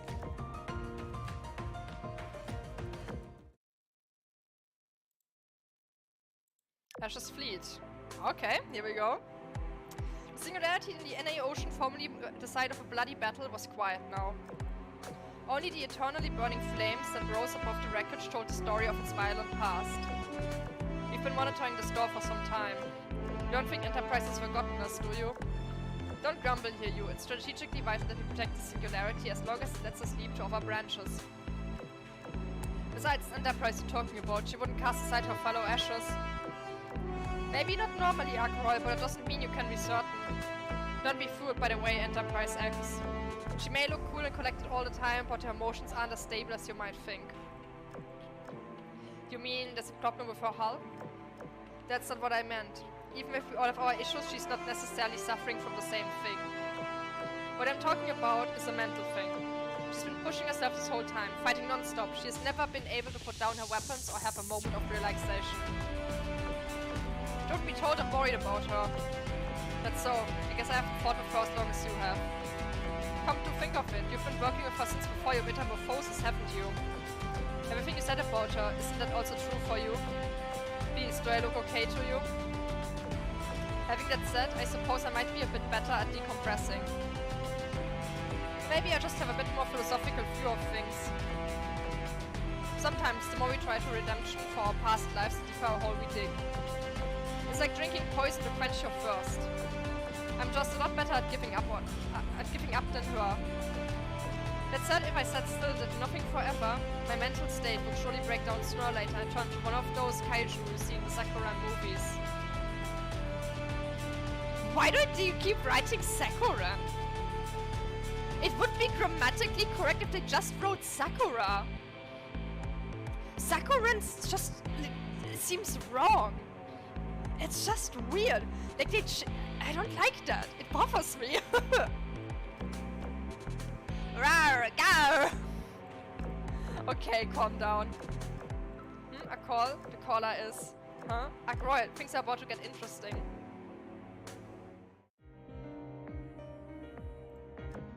Number 4.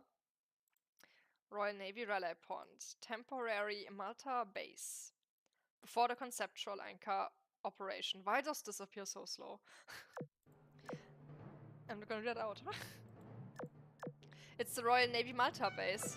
Come on, what's the big deal? We don't have a reenactment hanging over our heads or anything. Not gonna let a girl in just because she's from Ironblood. Oh, if it isn't Nelson, aren't you going to welcome me? You're something else. Welcome to the Royal Navy's Malta base. Hooray, happy? That's exactly what I wanted to hear. Z2 would you tell me to restrain myself if she were here, but too bad, she's with the commander. That means I can tease you as much as I want. So this is Prince Eugen. Why are you looking at me? I swear I've totally never met this woman in my life.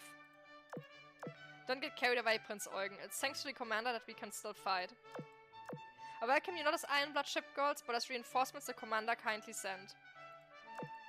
Yeah, that feels better. No, Illustrious did invite them to convene here at Malta whenever they liked. You're not just reinforcements, you're all innocents caught up in the World Expo catastrophe. Welcome to our Malta Strongblood, Ironblood. Man, I'm so glad Ruprecht's Fate Sim gave her healing for the fleet. It's not the best, it's kinda shitty healing, but it is the only healing for the fleet that we now have access to with Ironblood. Long overdue.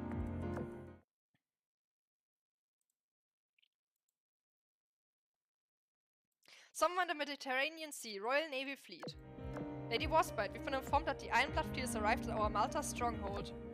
Imagine that, Ironblood setting foot on Malta, not as enemies, but as temporary allies. Knowing Prince Eugen, she must already be messing with those girls stationed there. This must be a real headache for Rodney and Nelson, given their upcoming roles in the operation. Where are they heading again? Carthage, was it? Yes, I believe it's an ancient city off the North African coast. I wonder why Marco Polo put a conceptual anchor there, so far away from home. Likely as part of her plan, or possibly the god guiding her actions made a decision. Hey Wasbite, how are things coming along over there? Want us to help? Thanks for keeping in touch, but no. Our fleet is currently en route to Jamila, as per the commander's orders. You sure? Because I feel there's a better way to make use of your force. Carthage and Jamila aren't that far apart, and the enemies between them are no big deal. Our fleet and Malta fleets are enough to deal with them. So what I'm thinking is, we'll take care of Jamila and you can go give Richelieu backup instead. Think about it, Tribunal made the conceptual anchors, and we've surely built better defense to protect them on their own turf. Hold on, this isn't about the Royal Navy or Ironblood, this is the commander's operation. Blücher is so cute. She is so adorable. I know you like to skirt around rules, but are you really going to flat out ignore orders from the commander? We, not you, were given the task of dealing with this conceptual anchor, and we intended to complete it. Furthermore, I just got word that Richelieu's fleet is making good, steady progress. We don't need to rush to our aid. Ultimately, this conflict is something they have to resolve internally. Fair enough, just thought I'd mention it. It's also worth pointing out the commander was never specified the next task after we capture Carthage. Wasn't she just a communicator? Why does she have a normal sprite now? In other words, we'll become a reserve force. If you don't want us stealing work from you, you better be quick. The audacity of that. Knights of the Royal Navy, Ironblood has issued us a challenge. And we shall answer. All ships raise your speed for the glory of the royal family.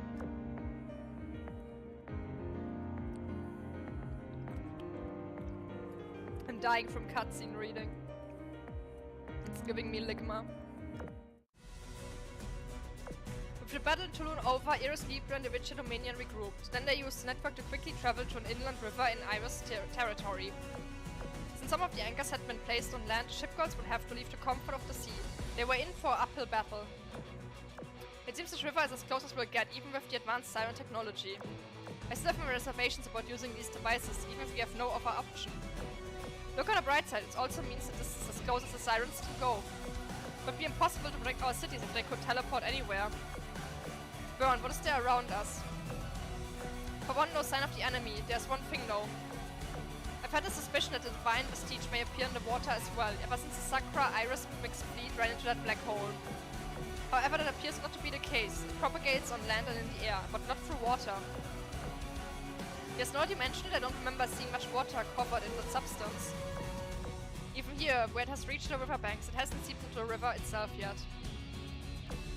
But we may never know what that is. I'm glad we have a means to travel directly from sea to river. Now to get to the Holy Sea's palace in Avignon, while we all find this conceptual anchor. Lady Richelieu, there's a strange space blocking our route. strange place? Huh, you mean the pitch black area? Yeah, I can see it as well. Pretty damn big, doubt we can just walk around it. What do we do? We have no time to waste, let me try something. The conceptual anchor isn't far, maybe this trick will work here. Let there be light. Richelieu uttered her wares, and the holy banner in her hand began releasing a brilliant light. Did you just make your flag glow? How do you manage to do that? The anchors are sacraments that reinforce concepts. With a strong enough conviction, we can make some little miracle of our own. Everyone follow me, the light can cut through the darkness. The girls gathered inside the space lit by holy light, continuing to wait through the darkness rumbling up on the river. Not long afterwards, a shadowy figure came into view. At long last, the final piece to complete my masterwork. The crown of the Holy See is finally in my hands. This is what will put an end to all conflict. The kingdom of God will descend upon the land. Eternal glory and virtue will envelop the world from pole to pole. The sirens are as good as a thread of the past. Yes, those damn signs will bother me no more, because God shall come down to us.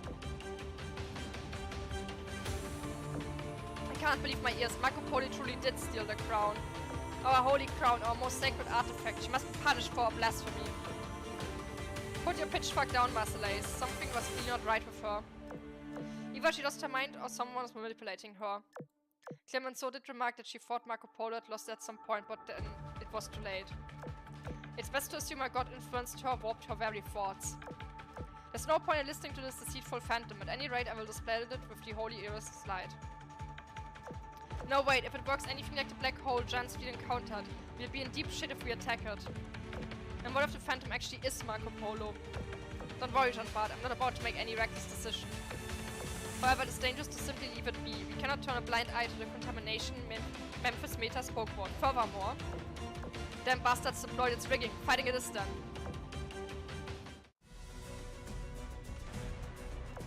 After a short but fierce battle, Marco Polo's phantom sank to its knees in the water. It's always you. You pay lip service for uniting our faiths, yet you always stand on opposite sides. Damned heretics. It's the true orthodoxy. You say the orthodoxy's legitimacy comes from faith. What does faith put food on the table? What is faith without the support of the people? Ashes to ashes, dust to dust. O phantom of a false god and seal made incarnate, return to naught. With these words, Marco Polo's phantom disintegrated, along with the region of darkness. Now come, let us go to the palace where the conceptual anchor is kept.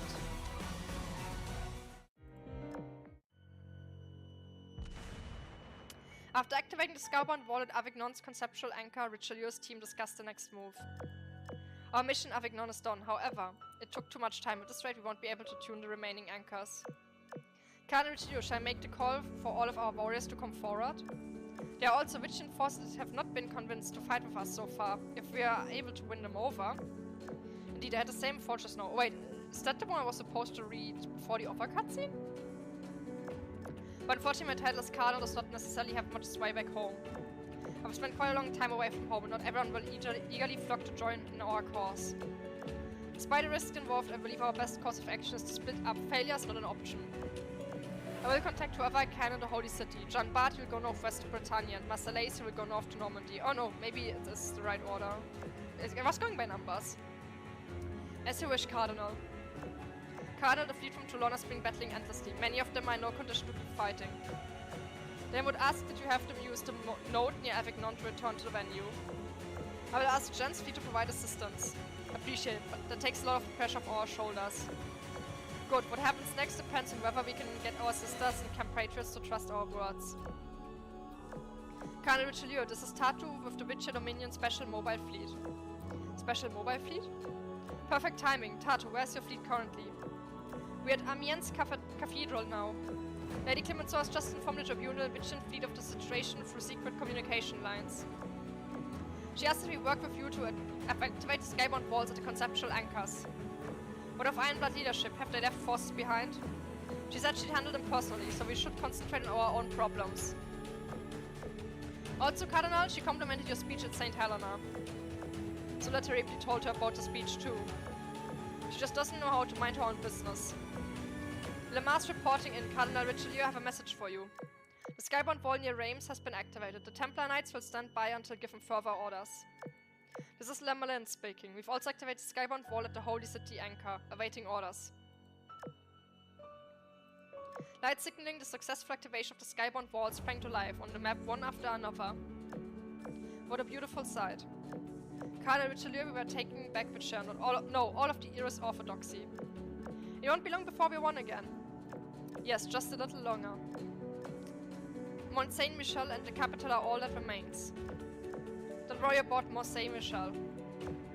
Strasbourg's team is already nearby, so I'll take it. That's a new name drop!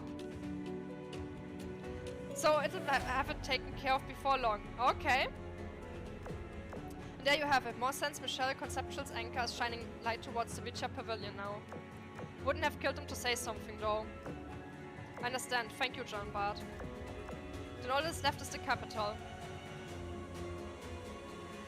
I have no idea. No idea. Iron Blood is kinda not here, honestly. They're kinda completely out of the picture, outside of the few ones that are right here at the expo. Our final objective is the Era's Orthodoxy's holy city, taken from us by the reenactments. Friends of a unified Era's Orthodoxy, listen well. Once you have completed your current task, assemble our capital. Before we join the commander at the World Expo venue, we must unify our forces. As one glorious Era's Orthodoxy. Yeah, teasing the next friendships, it seems like.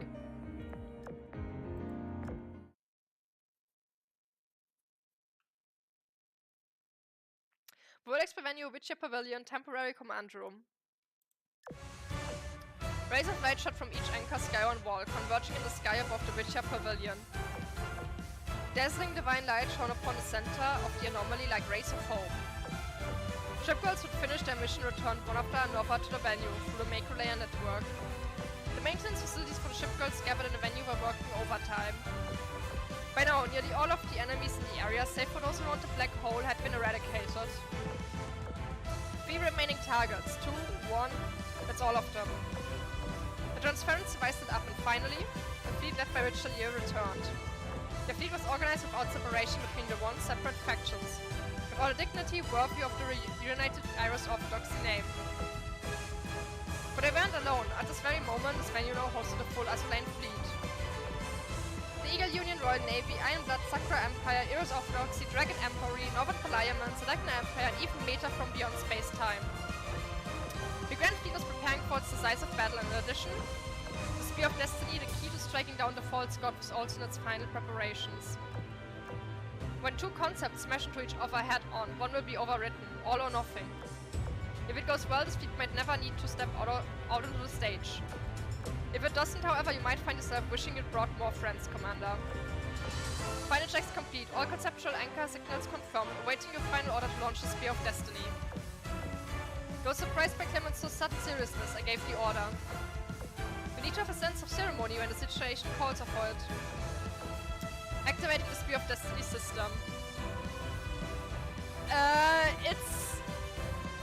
It's weird. I mean, if they are Iron Blood ships, I might have just as well shown them, because we kinda know all of them by now. And it's just a bit random. Now let's shoot that false god right between the eyes. Lights from all over the world seem to converge on one point above the Witcher Pavilion, forming a radiant lance of pure energy. It blazed like the sun, glorious and pure, and who beheld it were overwhelmed with awe. The concept of true divinity collided into the abyssal darkness of the false god's cocoon. The energy from the conceptual anchors flickered and waned, already squeezed to its limits. Just as the last spark of light from the anchors faded, the outer shell of the darkness covering the cocoon split open. Light and darkness alike disappeared, and peace did not return to the sea. We've broken through the cocoon's outer layer. But an even bigger geyser seems to be coming out of it. And that's not all, the geysers around us are changing their behavioral patterns. They're all moving to where the cocoon was. Could that geyser be? And the situation appears to be as bad as you fear. The geyser just came off the cocoon. May well be the false god itself. Clemenceau, is this what you were trying to accomplish? I was hoping for a more decisive victory than this. But unfortunately it took every bit of energy from the conceptual anchors just to neutralize the darkness. Now with pierceful protection of the false god, we must face the brunt of its wrath ourselves. Commander, Clem and So are ready to fight at any time. Don't worry about things not going to plan. We've already dealt that thing a devastating blow, definitely wasn't expecting. Now it's time to press our advantage and finish it off once and for all. The powers of conceptual manifestation, counteracting each other here, it comes down to an old-fashioned gunfight. Commander, the Iris fleet awaits your orders. The Royal Navy has assembled. We are ready for your instruction any time.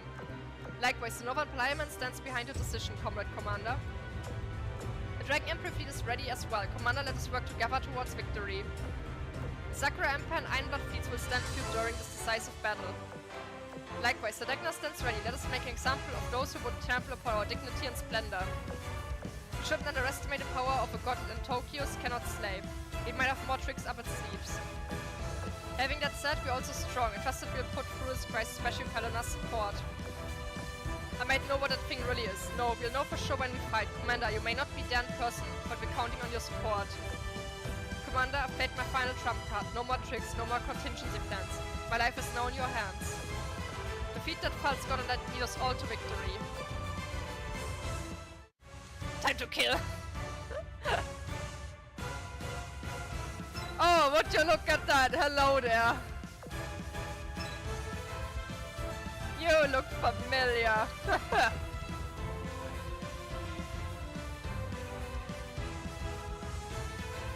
Ah.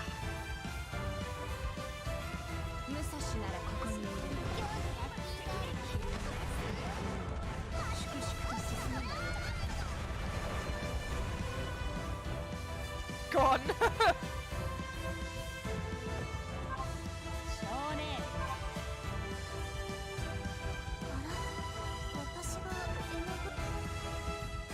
Oh, that message got sent double.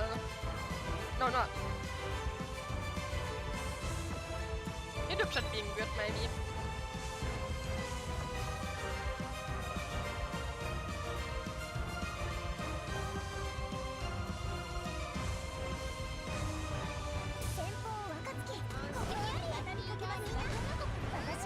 I wish they made the names longer. Like the area where the name is shown for ships and enemies.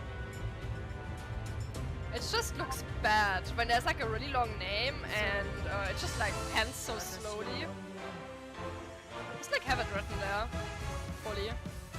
The HP bar is long enough.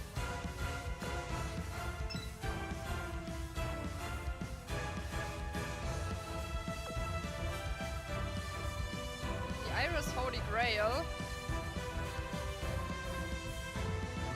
Huh. Honestly? Good question. It is surprising that they haven't mentioned a Holy Grail. Ever. Because that would be like the lowest hanging fruit of like religious stuff to pull from.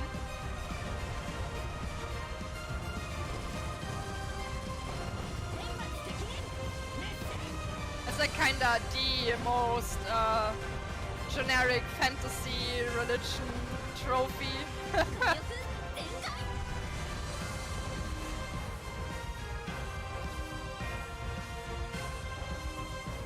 So.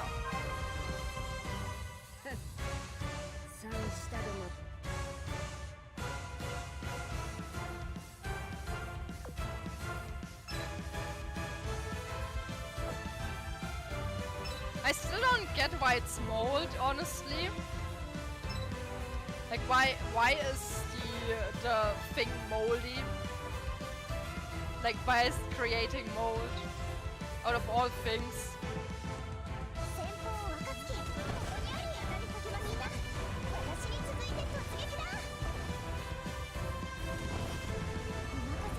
Someone at Manju be like, you know what the animals should be? Moldy. Just like a random employee looking into the company fridge going like, damn. The food that has been forgotten, kinda looking disgusting. You know what? That's a good enemy.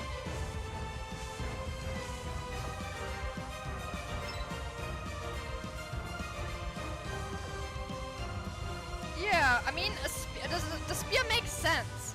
But it's kind of surprising that there was never in any of the bigger French events a mention of the Holy Grail.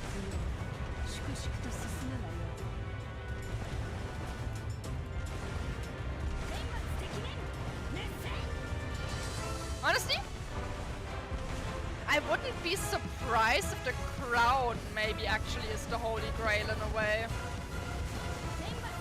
But then again, they also did say that the crown is just a shiny thing, so to speak.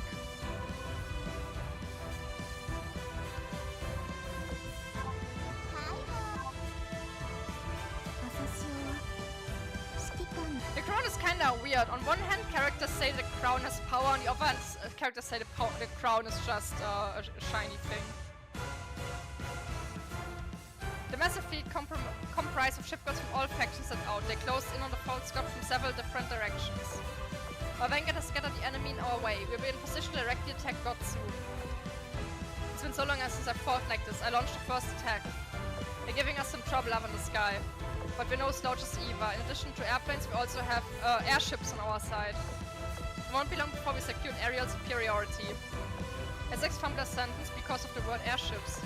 No wonder, because when Roma's team came flying over the whole armada of them, it caused quite a stir among the ship girls. They came from under the Colosseum, where the Sirens had left the production facility which our local genius Da Vinci took control of. Apparently they only worked in this anomalous space and would disintegrate if taken outside. Do not flinch, do not fear injury. Come, my steel eagles, and destroy our enemies. Roma, you're on the commander's channel. She can't hear me, can she? Excuse me, Commander, I'll call you back later. Roma just up there in the sky. The mission is going well on all fronts. Our vanguard have already eliminated God's small fry. The gazers coming in from the surrounding waters are getting knocked down one after the next. They can't break through our defenses. The only real problem is the false god itself. It's just been sitting there for a while now. It's possible the Spear of Destiny did actual damage to it, not just a cocoon. As per orders, we'll now enter the next phase. Then this one shall attack as well. Whether it's the commander's presence or this domain's affecting me, I feel ready to take on anything.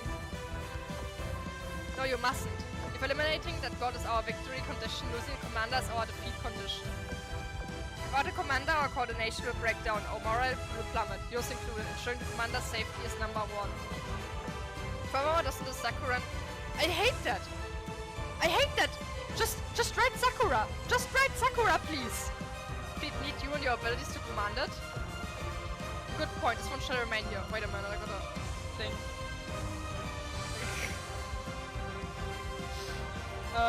Okay. A good point, this one shall remain here. As instructed, the Vanguard will now launch an attack on God. That has no effect. On the bright side, it didn't retaliate. The rest of the force have reached attacking positions. Your orders, Commander? Focus your fire on that false god. It's time to make our next move. Shinano kinda never gets to do a full all-out attack.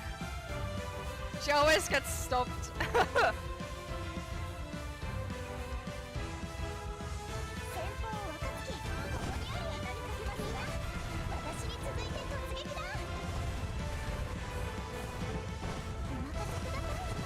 Honestly, this entire event is just the average moment when you forgot you had dishes lying around in your sink and then you left for a few days. And then you come back and all your dishes are just moldy. And then you need to fight layer upon layer of disgusting mold. That's what this event honestly is. Highly specific.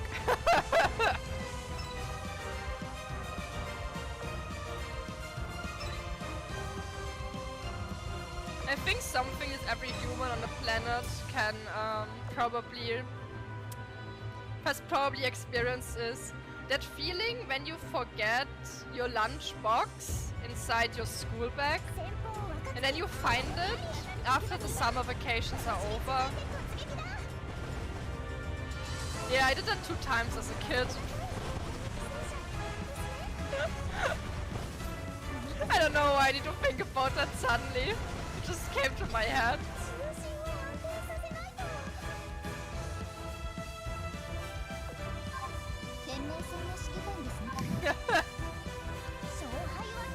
like, ah shit, I forgot it. It's just like you get your bag to get ready, and then it's just like, why is my bag suddenly white-green on the side? What is going on?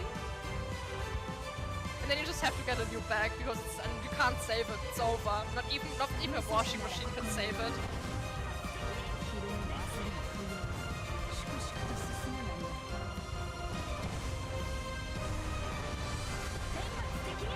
Man, late night streams make me weird.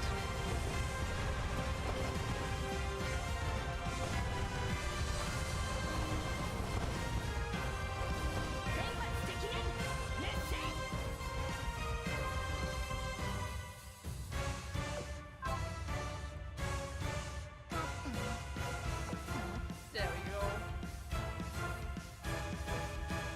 Oh, there's more of them.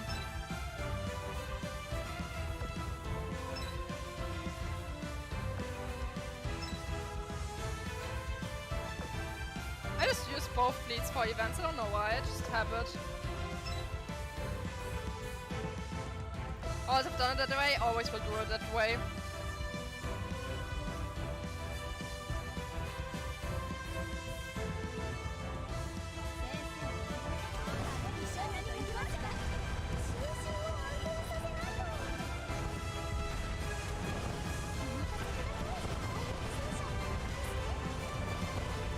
I'm surprised they still haven't figured out what they're fighting. It's kinda weird. They should know by now.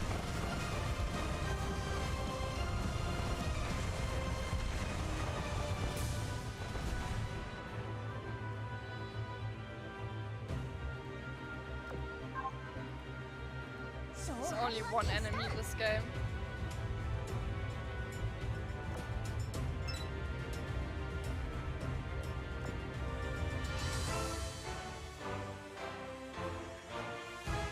Oh, it probably will give me a story fleet once I tap on the actual boss, isn't it?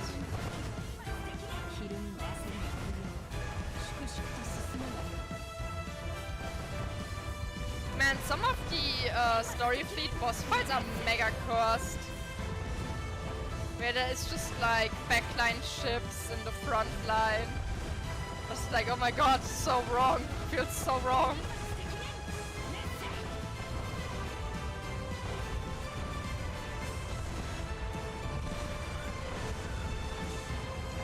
No! No deaths! No one can die! This is Azur lane, no one is going to die here. I've just been reminiscing about forgetting my lunchbox over the summer vacation inside my bag and then finding a moldy bag. No, it's a waifu game, no one dies in a waifu game. Yeah, on topic of waifu game, I learned something today about Arknights. Today I learned that Chongus has muscle jiggle physics on his chest. You're welcome. I got a video recommended and I saw the video and I've been enlightened now. Character from Arknights.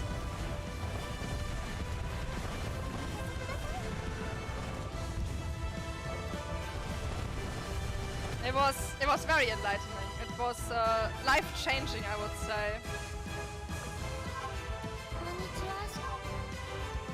I love me some good jiggle physics. Anyway, boss fighting time.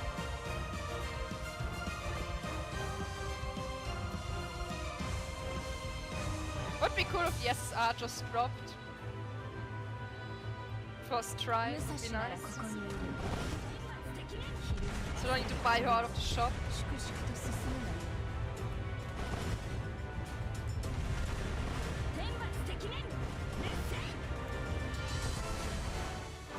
Man, I hate torpedo damage. It's so annoying.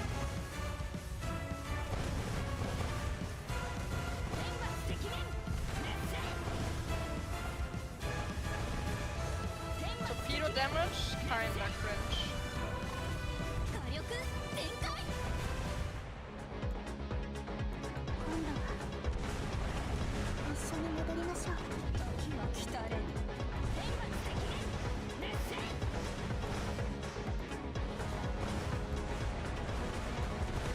her hitbox?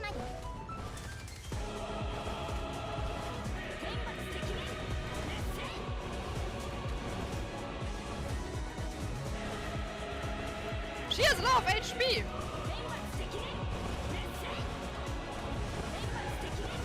Never mind! I have a Koryu! Never mind!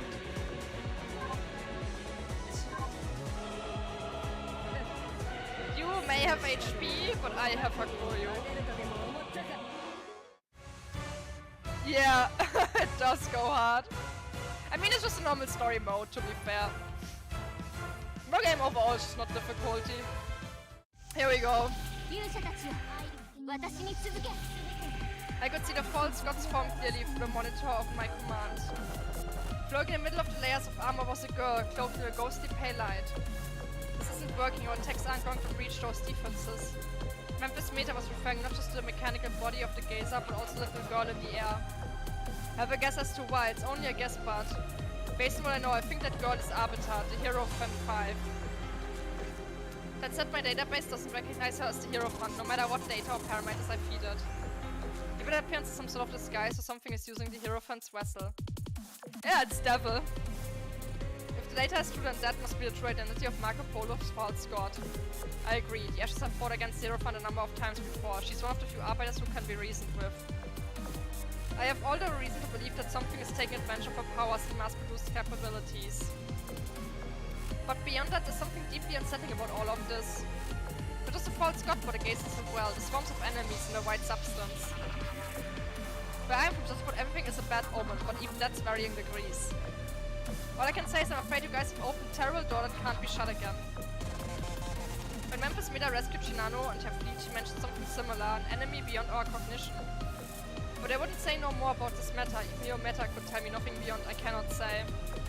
If there was one thing I gleaned from this, it was just knowing that too much about it was dangerous. Commander, when will we launch our all-out attack? That girl is something very important to the Orthodoxy, we must take it back from her. You don't mean... Yeah, the crown of the Holy See. We thought that Marco Polo took it with her into the sea, but it seems that the monster took it.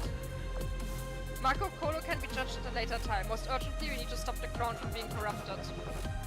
The symbol of the Orthodox is legitimacy. The crown signifying the barrier's holy position was in the hand of the false god. Wait. As I gazed upon the crown floating in the girl's hand, something suddenly dawned on me. The crown was more than just a relic passed down since ancient times. It was originally an extension of God. The girl was motionless, but her gaze pierced through me.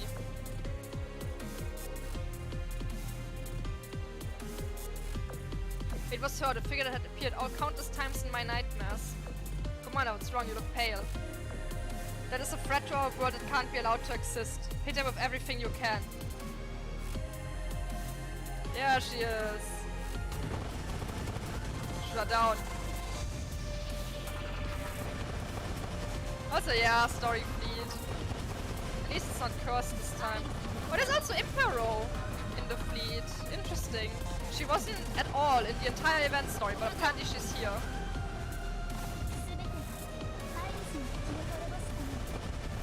There's no damage being done. Never mind. Pew! Damn it, no effect. My shells disintegrate on impact with the armor without even leaving a scratch. I am all of ammo. I demand a resupply and paid time off. The small ones just keep coming, no matter how many we destroy. They're like Hydras, cut one down and two take its place. Is this area linked to the microlayer network or something? No, we're dealing with something altogether different here. It's not like they're popping out of the ocean or from the sea fog. It seems to be ripping their way through the fabric of reality itself. Ripping through the fabric of reality. Lady Shinano, don't you think that sounds a bit similar to our barrier domains rock? Barrier domains? This one had the same hunch. From an outside perspective, emerged from a Sakura... I hate it! Sakura barrier hidden in the sky is the same as appearing out of thin air. There are many ways to conceal such a barrier too. What we see is neither fact nor fiction, but rather a deception of our senses. A barrier is an enchantment that must be dispelled through the proper means, otherwise attacking it accomplishes nothing more than trying to scoop the moon out of a pond. I see, so what you're saying is we've been shadowboxing this entire time. The enemy you think we are fighting was never there to begin with. If it is true, the physical form must be hidden away in some domain. I did say before I had no more cards to play, but that's not quite accurate. I do have one final move to make. A sacrament from this false god, given to me by Marco Polo. You have no choice but to use it. However, it will take some time to prepare. Commander, can I trust you to hold the line in the meantime? Helena also needs time to complete her analysis. Keep up the pressure, Commander. You don't have to tell me twice. Continue the assault. Oh no, it's a different fleet. Nice. So they do swap around.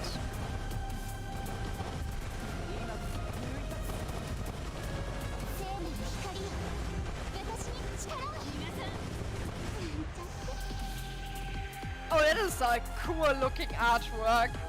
We never got a close-up shot until now of it. Ah, it looks cool. Cease. All of a sudden I hear a girl's emotionless mechanical voice inside of my head. What on earth was that? I feel like I'm slowing down, my rigging grind to a halt. Mine too, Commander. We are all affected by whatever this is. Same here, I can't move. Agroil, my head. Damn it, the energy in my hull's going completely haywire. Memphis, are you hanging in there? Barely, somehow, yeah. But a single overworldly word, the entire battlefield was gripped with an icy, death-like chill. Did you hear that voice too? What manner of enchantment is this? Yes, I can still move like normal. Whatever it is doesn't look like it affected me. It don't look like it affected you much either for that matter, Shinano. Could it be that my command isn't immune to this phenomenon? No, it's not. I'm affected, albeit not to the same degree as the rest. It was puzzling, so the effect varies from ship girl to ship girl. I'm basically fine, my arms and legs just feel a little heavy. Likewise, I'm still fit for battle, I feel hardly affected at all. Same with the mass-produced ships, it's done practically nothing to them, they can still fight. So the blueprint ships and the mass-produced ships aren't affected much, while the metas are gravely affected. Shinano's not a blueprint ship. That's bullshit, Shinano's not a blueprint. Among everyone on the command ship, only Shinano hasn't been affected at all. It doesn't seem like my hull's being corrupted, but I felt this pain before. It feels like the exact same thing. I'm almost certain it's the same thing. Commander, is it too late to retreat now? Retreat, you're just gonna run away here, you? I'm not talking about me. We all need to get out of here before it's too late. Sorry. If we run away with the Commander, what will happen to this experimental field? Whatever you're thinking, we cannot have you take the Commander from us. We're lucky as certain someone here has barely been affected.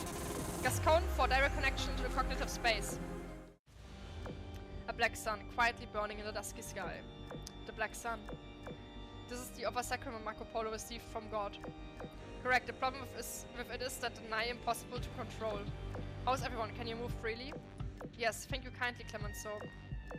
Possibly connecting minds to separate conceptual space to protect against the anti-conceptual weapon in reality. That must have taken a huge amount of energy. Depending how you use it can affect even your opponent's mind. This is arbiter level technology. Can we even be sure the space doesn't connect to somewhere else? So if I understand correctly, the black sun is actually located in the cognitive plane of existence? How are we supposed to get back from here? 1. For the first time since the battle began, the Hierophant moved her body. She raised the one in her hands high above her and swung it down, instantly shattering the vision of the black sun like a glass pane. Just like that, she was in control of the world once more. The symbol of judgment was destroyed that easily. Did we overload the connection, or is the arbiter simply that much stronger than it? Either that Mont impelled to recognize and control concepts. This isn't just one of Hierophant's vessels, she's here, in person. Be extremely careful, you do not want to be hit by attacks from that Mont. It'll either turn you into dust, or if you're really unlucky, the very concept of your existence will be wiped from reality. Good to know, too bad I'm basically stuck in place.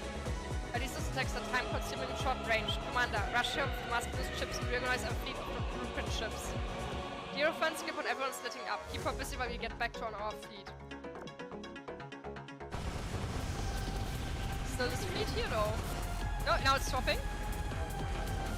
Oh my god! Ruprecht in the front is cursed. Why not put Odin to the front? She always has a different position anyway.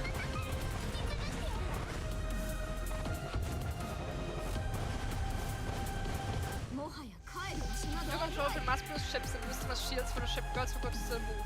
This was just enough to hold the line. Now there are aircraft coming after us. Commander, we need aerial support. I've got you. I'm gonna sweat those little mosquitoes. Wait, are those the devil's drones? Countless drones appeared in the sky, emerging from nowhere, just like the swarmers down at sea level. The drones, bearing the markers of the Devil 15, all encircled the Hierophant briefly before spraying out in all directions. Your formation almost resembled the shape of a spider web. Hey, where are you going? Fight me! Disregarding her course provocation, Hierophant once again raised her wand and slightly waved in the direction of a single aircraft. It began glowing with a dazzling golden light that chained to nearby aircraft from a net of light. My worst fear had come reality. The devil, the master of support, was aiding her. It was clear the tech was targeting every single ship on the battlefield at once. 2. Support protocol. Everyone dodge quick. We managed to move the mass-produced ships just in time to protect our recovering allies from the giant. However, the attack destroyed all of the mass-produced ships and even vaporized Fuelable's conceptual weapon. The support protocol of the devil. No, it's not all. She must have been the reason why the devil was acting strangely within the reality lens. There's another enemy behind this one too. I always thought it was strange. Why did the devil start acting so weird, and how did they break into that space? The same enemy must have been hunting the commander this entire time. Word of advice, if you want to live to fight another day, never challenge one arbiter on their home turf, let alone two. The devil supports and the Hierophant controls concepts. She knows that the biggest threat to her is the commander. If we let her make the next attack, we're not going to be able to dodge it. It just means we can't let her attack. What is she looking at? Despite the distance between us, I noticed Hierophant cocking her head just slightly in my direction. The arbiter moved.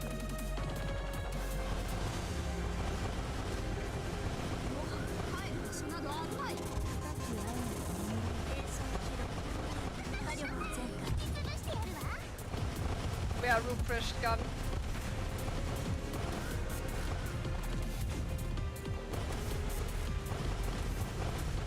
Do they even have their skills? I don't think they have even their skills. Let's affect the recovering shipgirls fight their weapons as much as they could at the Hierophant. The Hierophant is charging at the commander. We have to stop her and fast. Like a deity parting the waters, the Hierophant shrugged aside even the densest barrage of cannon fire, not even slowing down in the slightest. I saw a shadow cover my entire being, her wand bang down on me. No, we're not going to make it. Helena, what are you waiting for? Change of plans, at least get a commander out of here. 3. The Hierophant's wand came down, my vision was engulfed by the radiant web of lights coming from the drones surrounding her. I could not see, I could not feel, there was only light. A portion of the hordes of drones exploded. The light cleared every combatant in the area was wreathed in a barrier of warm blue light. Please fight until the last light has faded. Memphis, you can't give up. Helena, you... Calm down already.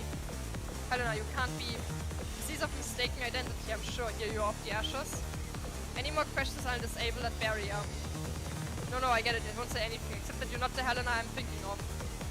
I'm glad you understand. The commander has done well to buy me enough time to arrive.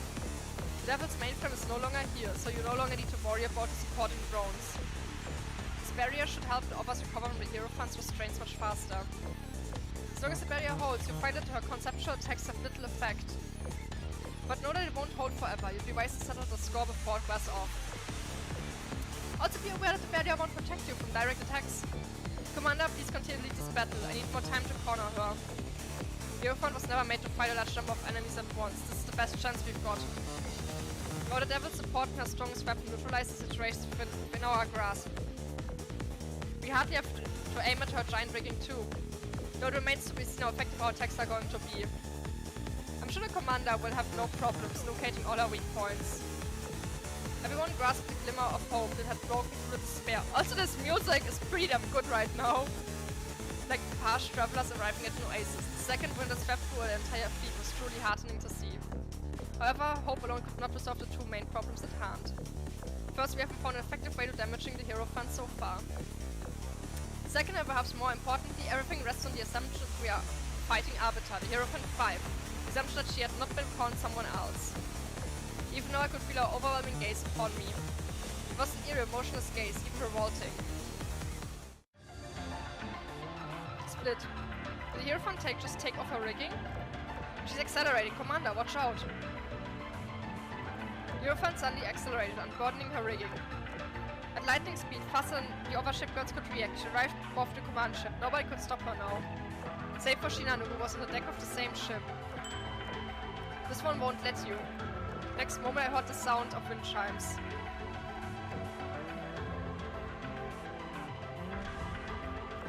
The This one's attack struck. Oops. I just accidentally tapped out. The echoes of the wind chimes continued to linger in my ears. Unlike the ephemeral tones I had heard in my dreams before. Whereas nothing had been able to reach the Hierophant before, she was pushed back for the first time by the machine guns from Shinano's aircraft. In that case, let us see how you like this. Split. The Hierophant split into no commander. A shadow attached from her from the second combat seemed to move on its own consciousness. The newly born Hierophant slipped through the wall until she came face to face with me. Clone. Immense force finally strips my consciousness away. I feel myself sink deep into darkness. Make me a second commander?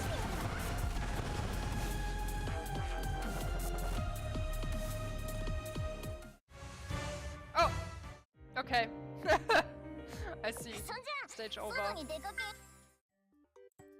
I'm gonna just do some stuff.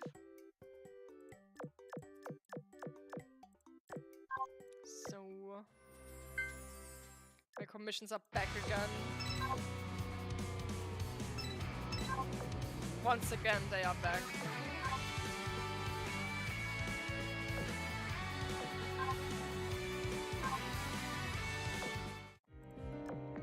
Oh boy, there's just more to come.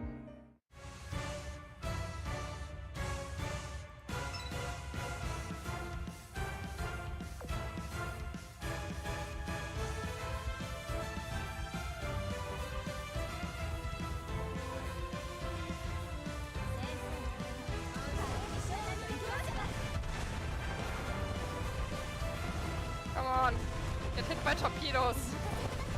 Oh. Unreliable as always.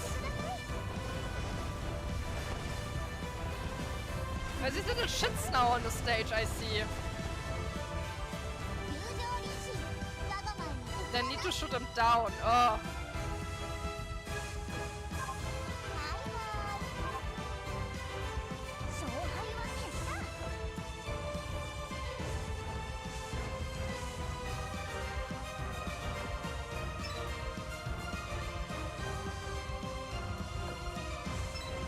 Fight the mold.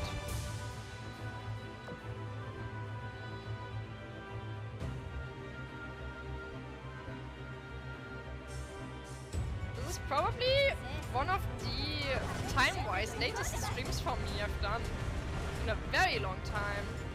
I very, very rarely I'm up this late. Usually don't have enough energy.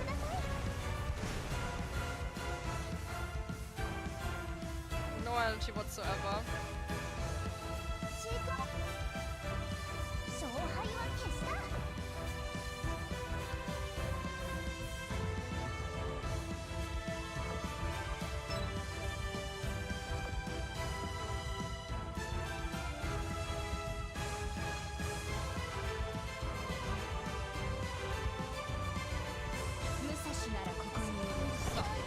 Die! Nice! All of them hit for once.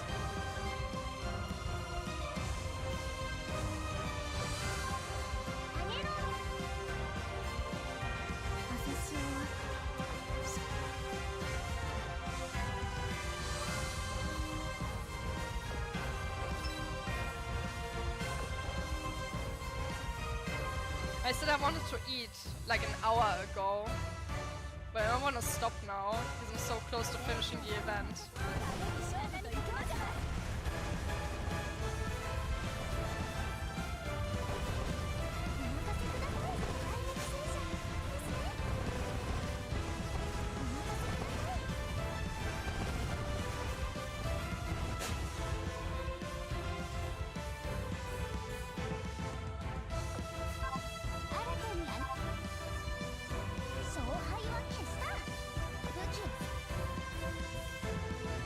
Two more times. I'm not gonna do the multiple clear cutscenes as I said.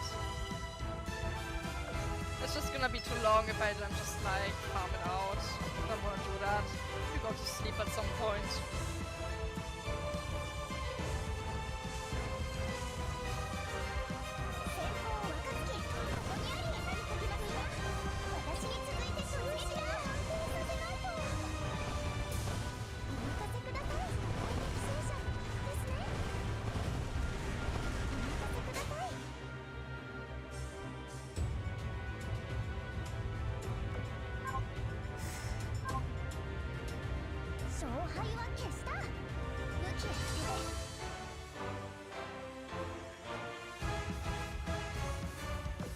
Der.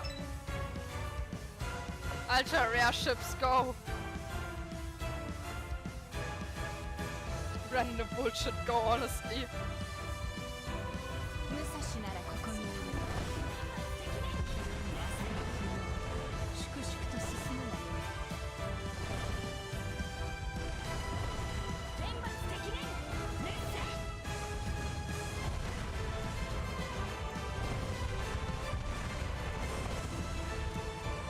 I forgot no gun damage.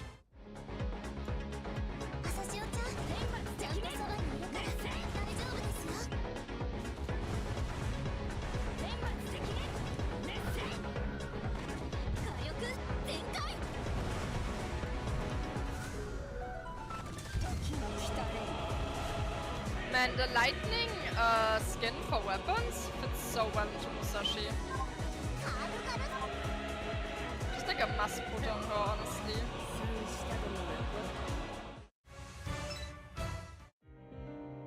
No cutscenes? Okay. Last one dann.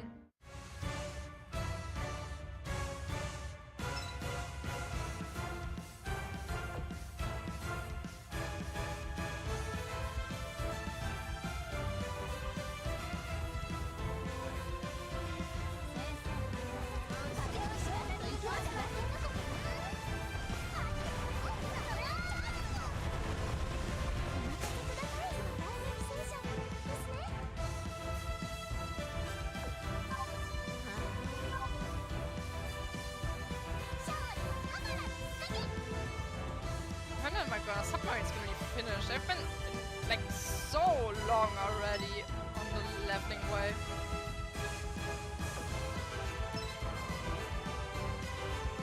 You need to check what level they are. Feels like they should be finished soon.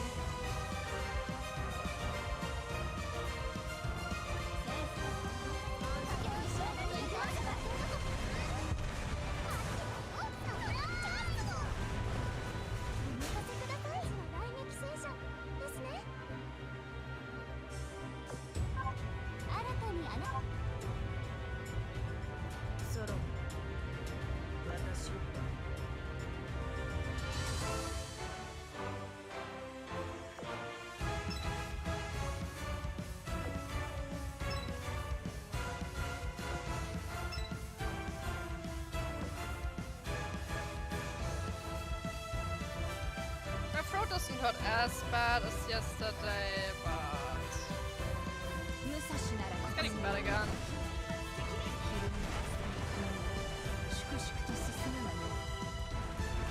I guess there was actually more to read yesterday compared to today.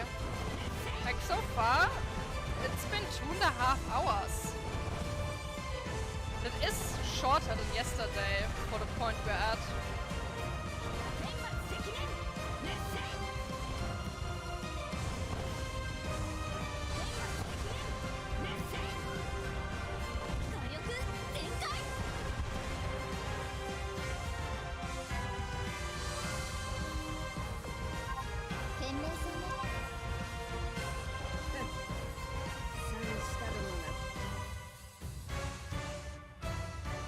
Come on, spawn!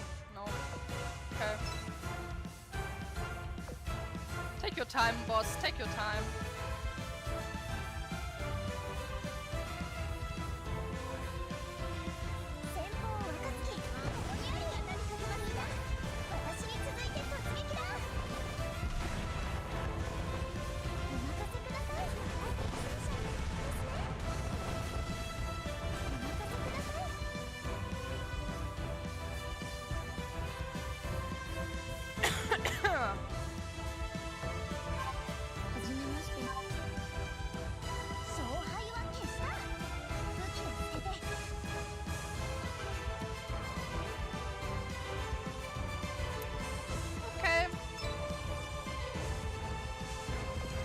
Like 5 billion cutscenes once the boss is there.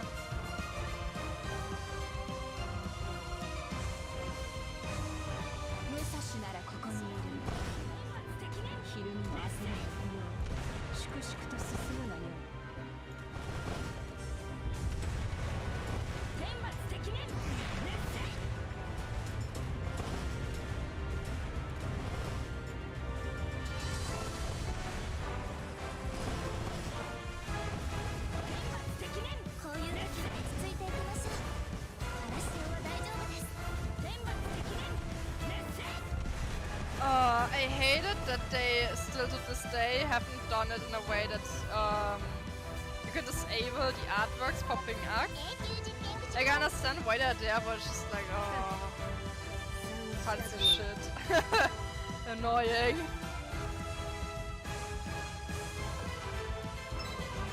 It serves a purpose, but I argue, who the fuck cares about the purpose?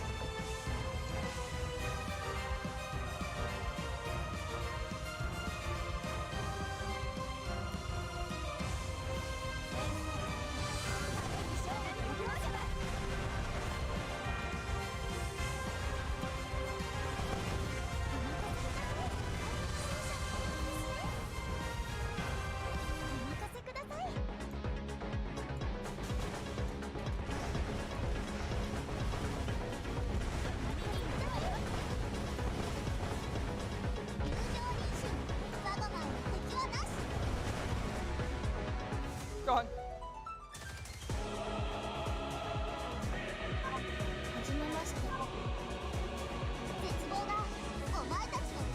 What kind of aircraft did I give her that she's so cracked? Accidentally fed her steroids. Oh, okay. I open my eyes and look around. I see a dimly lit basement filled with equipment and furniture that seems oddly familiar to me. The Hierophant is right next to me, a wand raised above me, though in a completely unmenacing way. But when we hear two sets of footsteps coming down the corridor, she freezes in place of having turned into a statue. I see the doctor must be here. As if reading my mind, the Hierophant cocks her head, dubiously lowers her wand. Due to the stalemate, I've been ordered to further accelerate my research. Not sure what they want, given that the production of the next generation Antiochus model has been well underway. Yes, I'm sure the Arbiters will give us the power we need to put an end to this futile war. But right now we're still a long way away from our ultimate goal. Now allow me to introduce you to the first daughter of the Arbiter program, Hierophant. The first? That's right, Zero doesn't count. She's one of a kind and a member of any series. In any case, Hierophant will be the cover girl for the Arbiter series. As such, I've strengthened her recognition of language and concepts and installed modules to heighten her empathy and friendliness. Updated quantum intelligence analysis system allows her to understand others on a deeper level and express emotions unlike any human being. During the testing process, not a single person noticed they were speaking with a machine. She passes the tuning test with flying colors. Of course, it doesn't stop there. As someone who can understand and control concepts, she understands non-human intelligence and can simulate how they would speak. We still need more testing, but she can already communicate with cats, dogs, and dolphins. With more updates, the only limit is why she could surpass the heights of the Tower of Babel. In other words, we want to make more cute white-haired girls. Anzil, how many times do I have to tell you? Yeah, you're just iterating on a tried and true design, whatever. Exactly. By the way, why did you decide to start with the 50 major arcana? Don't people usually go in order from the first one? I'm only in the first stage of planning. Frankly, I'm not even certain if I can make enough to fill a deck of tarot cards. What? What? That is so nonsensical. But that was Moore's inspiration, which is exactly why I started with the Hierophant. It inspired me. It symbolizes guidance, compassion, interconnectedness, and conformity. Oh wow, rare to see you so passionate about anything that isn't a weapon of war. When you called me over, I was ready for you to show me your latest weapon of mass destruction. The fact that you think so is in itself proof that we need for arbiters. As you know, our resources become more precious and scarce by the day. The Hierophant will dispel every misgiving the people have towards the Antiochus. Whether you're using her as a mediator or as means of competing for resources and funds, she'll be a major boon. Ah yes, of course, you'd go down that route. Then have you considered this possibility? Keep raising her specs and maybe, just maybe, she'll able to communicate with Deus Ex someday. Being able to communicate gives us options other than fighting, yeah? Especially under these circumstances.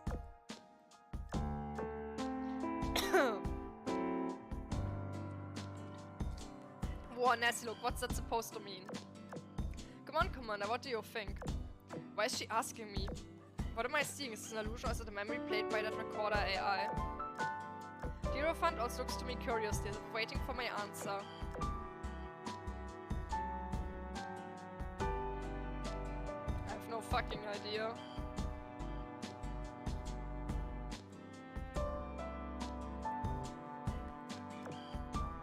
I'm just gonna click first.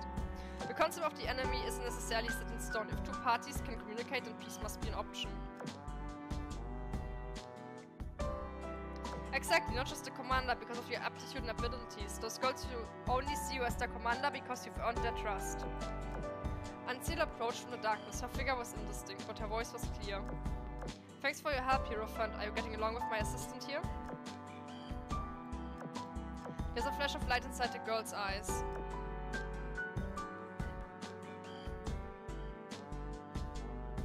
That is the most ominous screen I've ever seen in Azur Lane.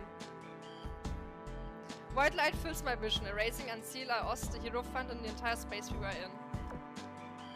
A door appears. There's a spelling mistake. Spears in the distance. Familiar door, standing alone in the pure white chamber. Looks like it's time for me to go home.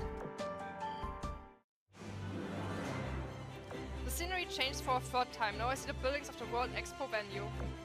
More precisely, the remnants of the venue, bathed in moonlight. The sky, land, and sea are back to normal. The mysterious divine vestige is gone, along with the false god. The only sound in the night is the crashing of waves, as if nothing had happened. What the weight in my hands tells me the entire Arbiter catastrophe was reality. My fingers are lightly curled around the symbol of the Eros Orthodoxy's legitimacy, the crown of the Holy See. I can't help but think to myself, what if the crown was controlling the concept within the domain the entire time, rather than the Hierophant? I received no answer, only a cold weight of the crown inanimate and lifeless in my hands. My thoughts are suddenly cut short by countless voices coming in through the communicator all at once. Judging from what words I could pick out, it seems that I had disappeared along with the Hierophant for a period of time. I suppose I should let everyone know that I'm alive and well. That's it? Bro, what? Yo, that was jarring! Why does it cut so weirdly? Oh my god. That's it? What is that ending? Bro, what? I guess. This is this and that is that. I need to queue up some researchers. Yeah, that one. That one. Yeah, this is fine. Huh! That was a lot shorter than yesterday. However, it's better that way because I'm tired. So... let me feed those EXP real quick to West Virginia. One more level, give her that tomorrow. Maybe finish a red fit tomorrow. Oh, they're still a long time away, never mind, I was wrong. No one to LB. Well then, this is this. That is that. I'm done for today. I am going to bed now. Because I have stuff to do tomorrow. As I said, it's unlikely I'm gonna stream tomorrow. It's not impossible, but it is unlikely. Yeah. Or like if I'm gonna stream, it's gonna be like very random for like 1 or 2 hours. I wouldn't bet on it. Yeah, that's it for the evening. That's it for the event. Got all the ships, I'm gonna grind it out on auto. Just gonna put my emulator on my phone to the side and go like, yes, auto. Has the SSR dropped? Yes, no? Okay, anyway. That's a good night from me. I'm gonna go. Hope you all had fun.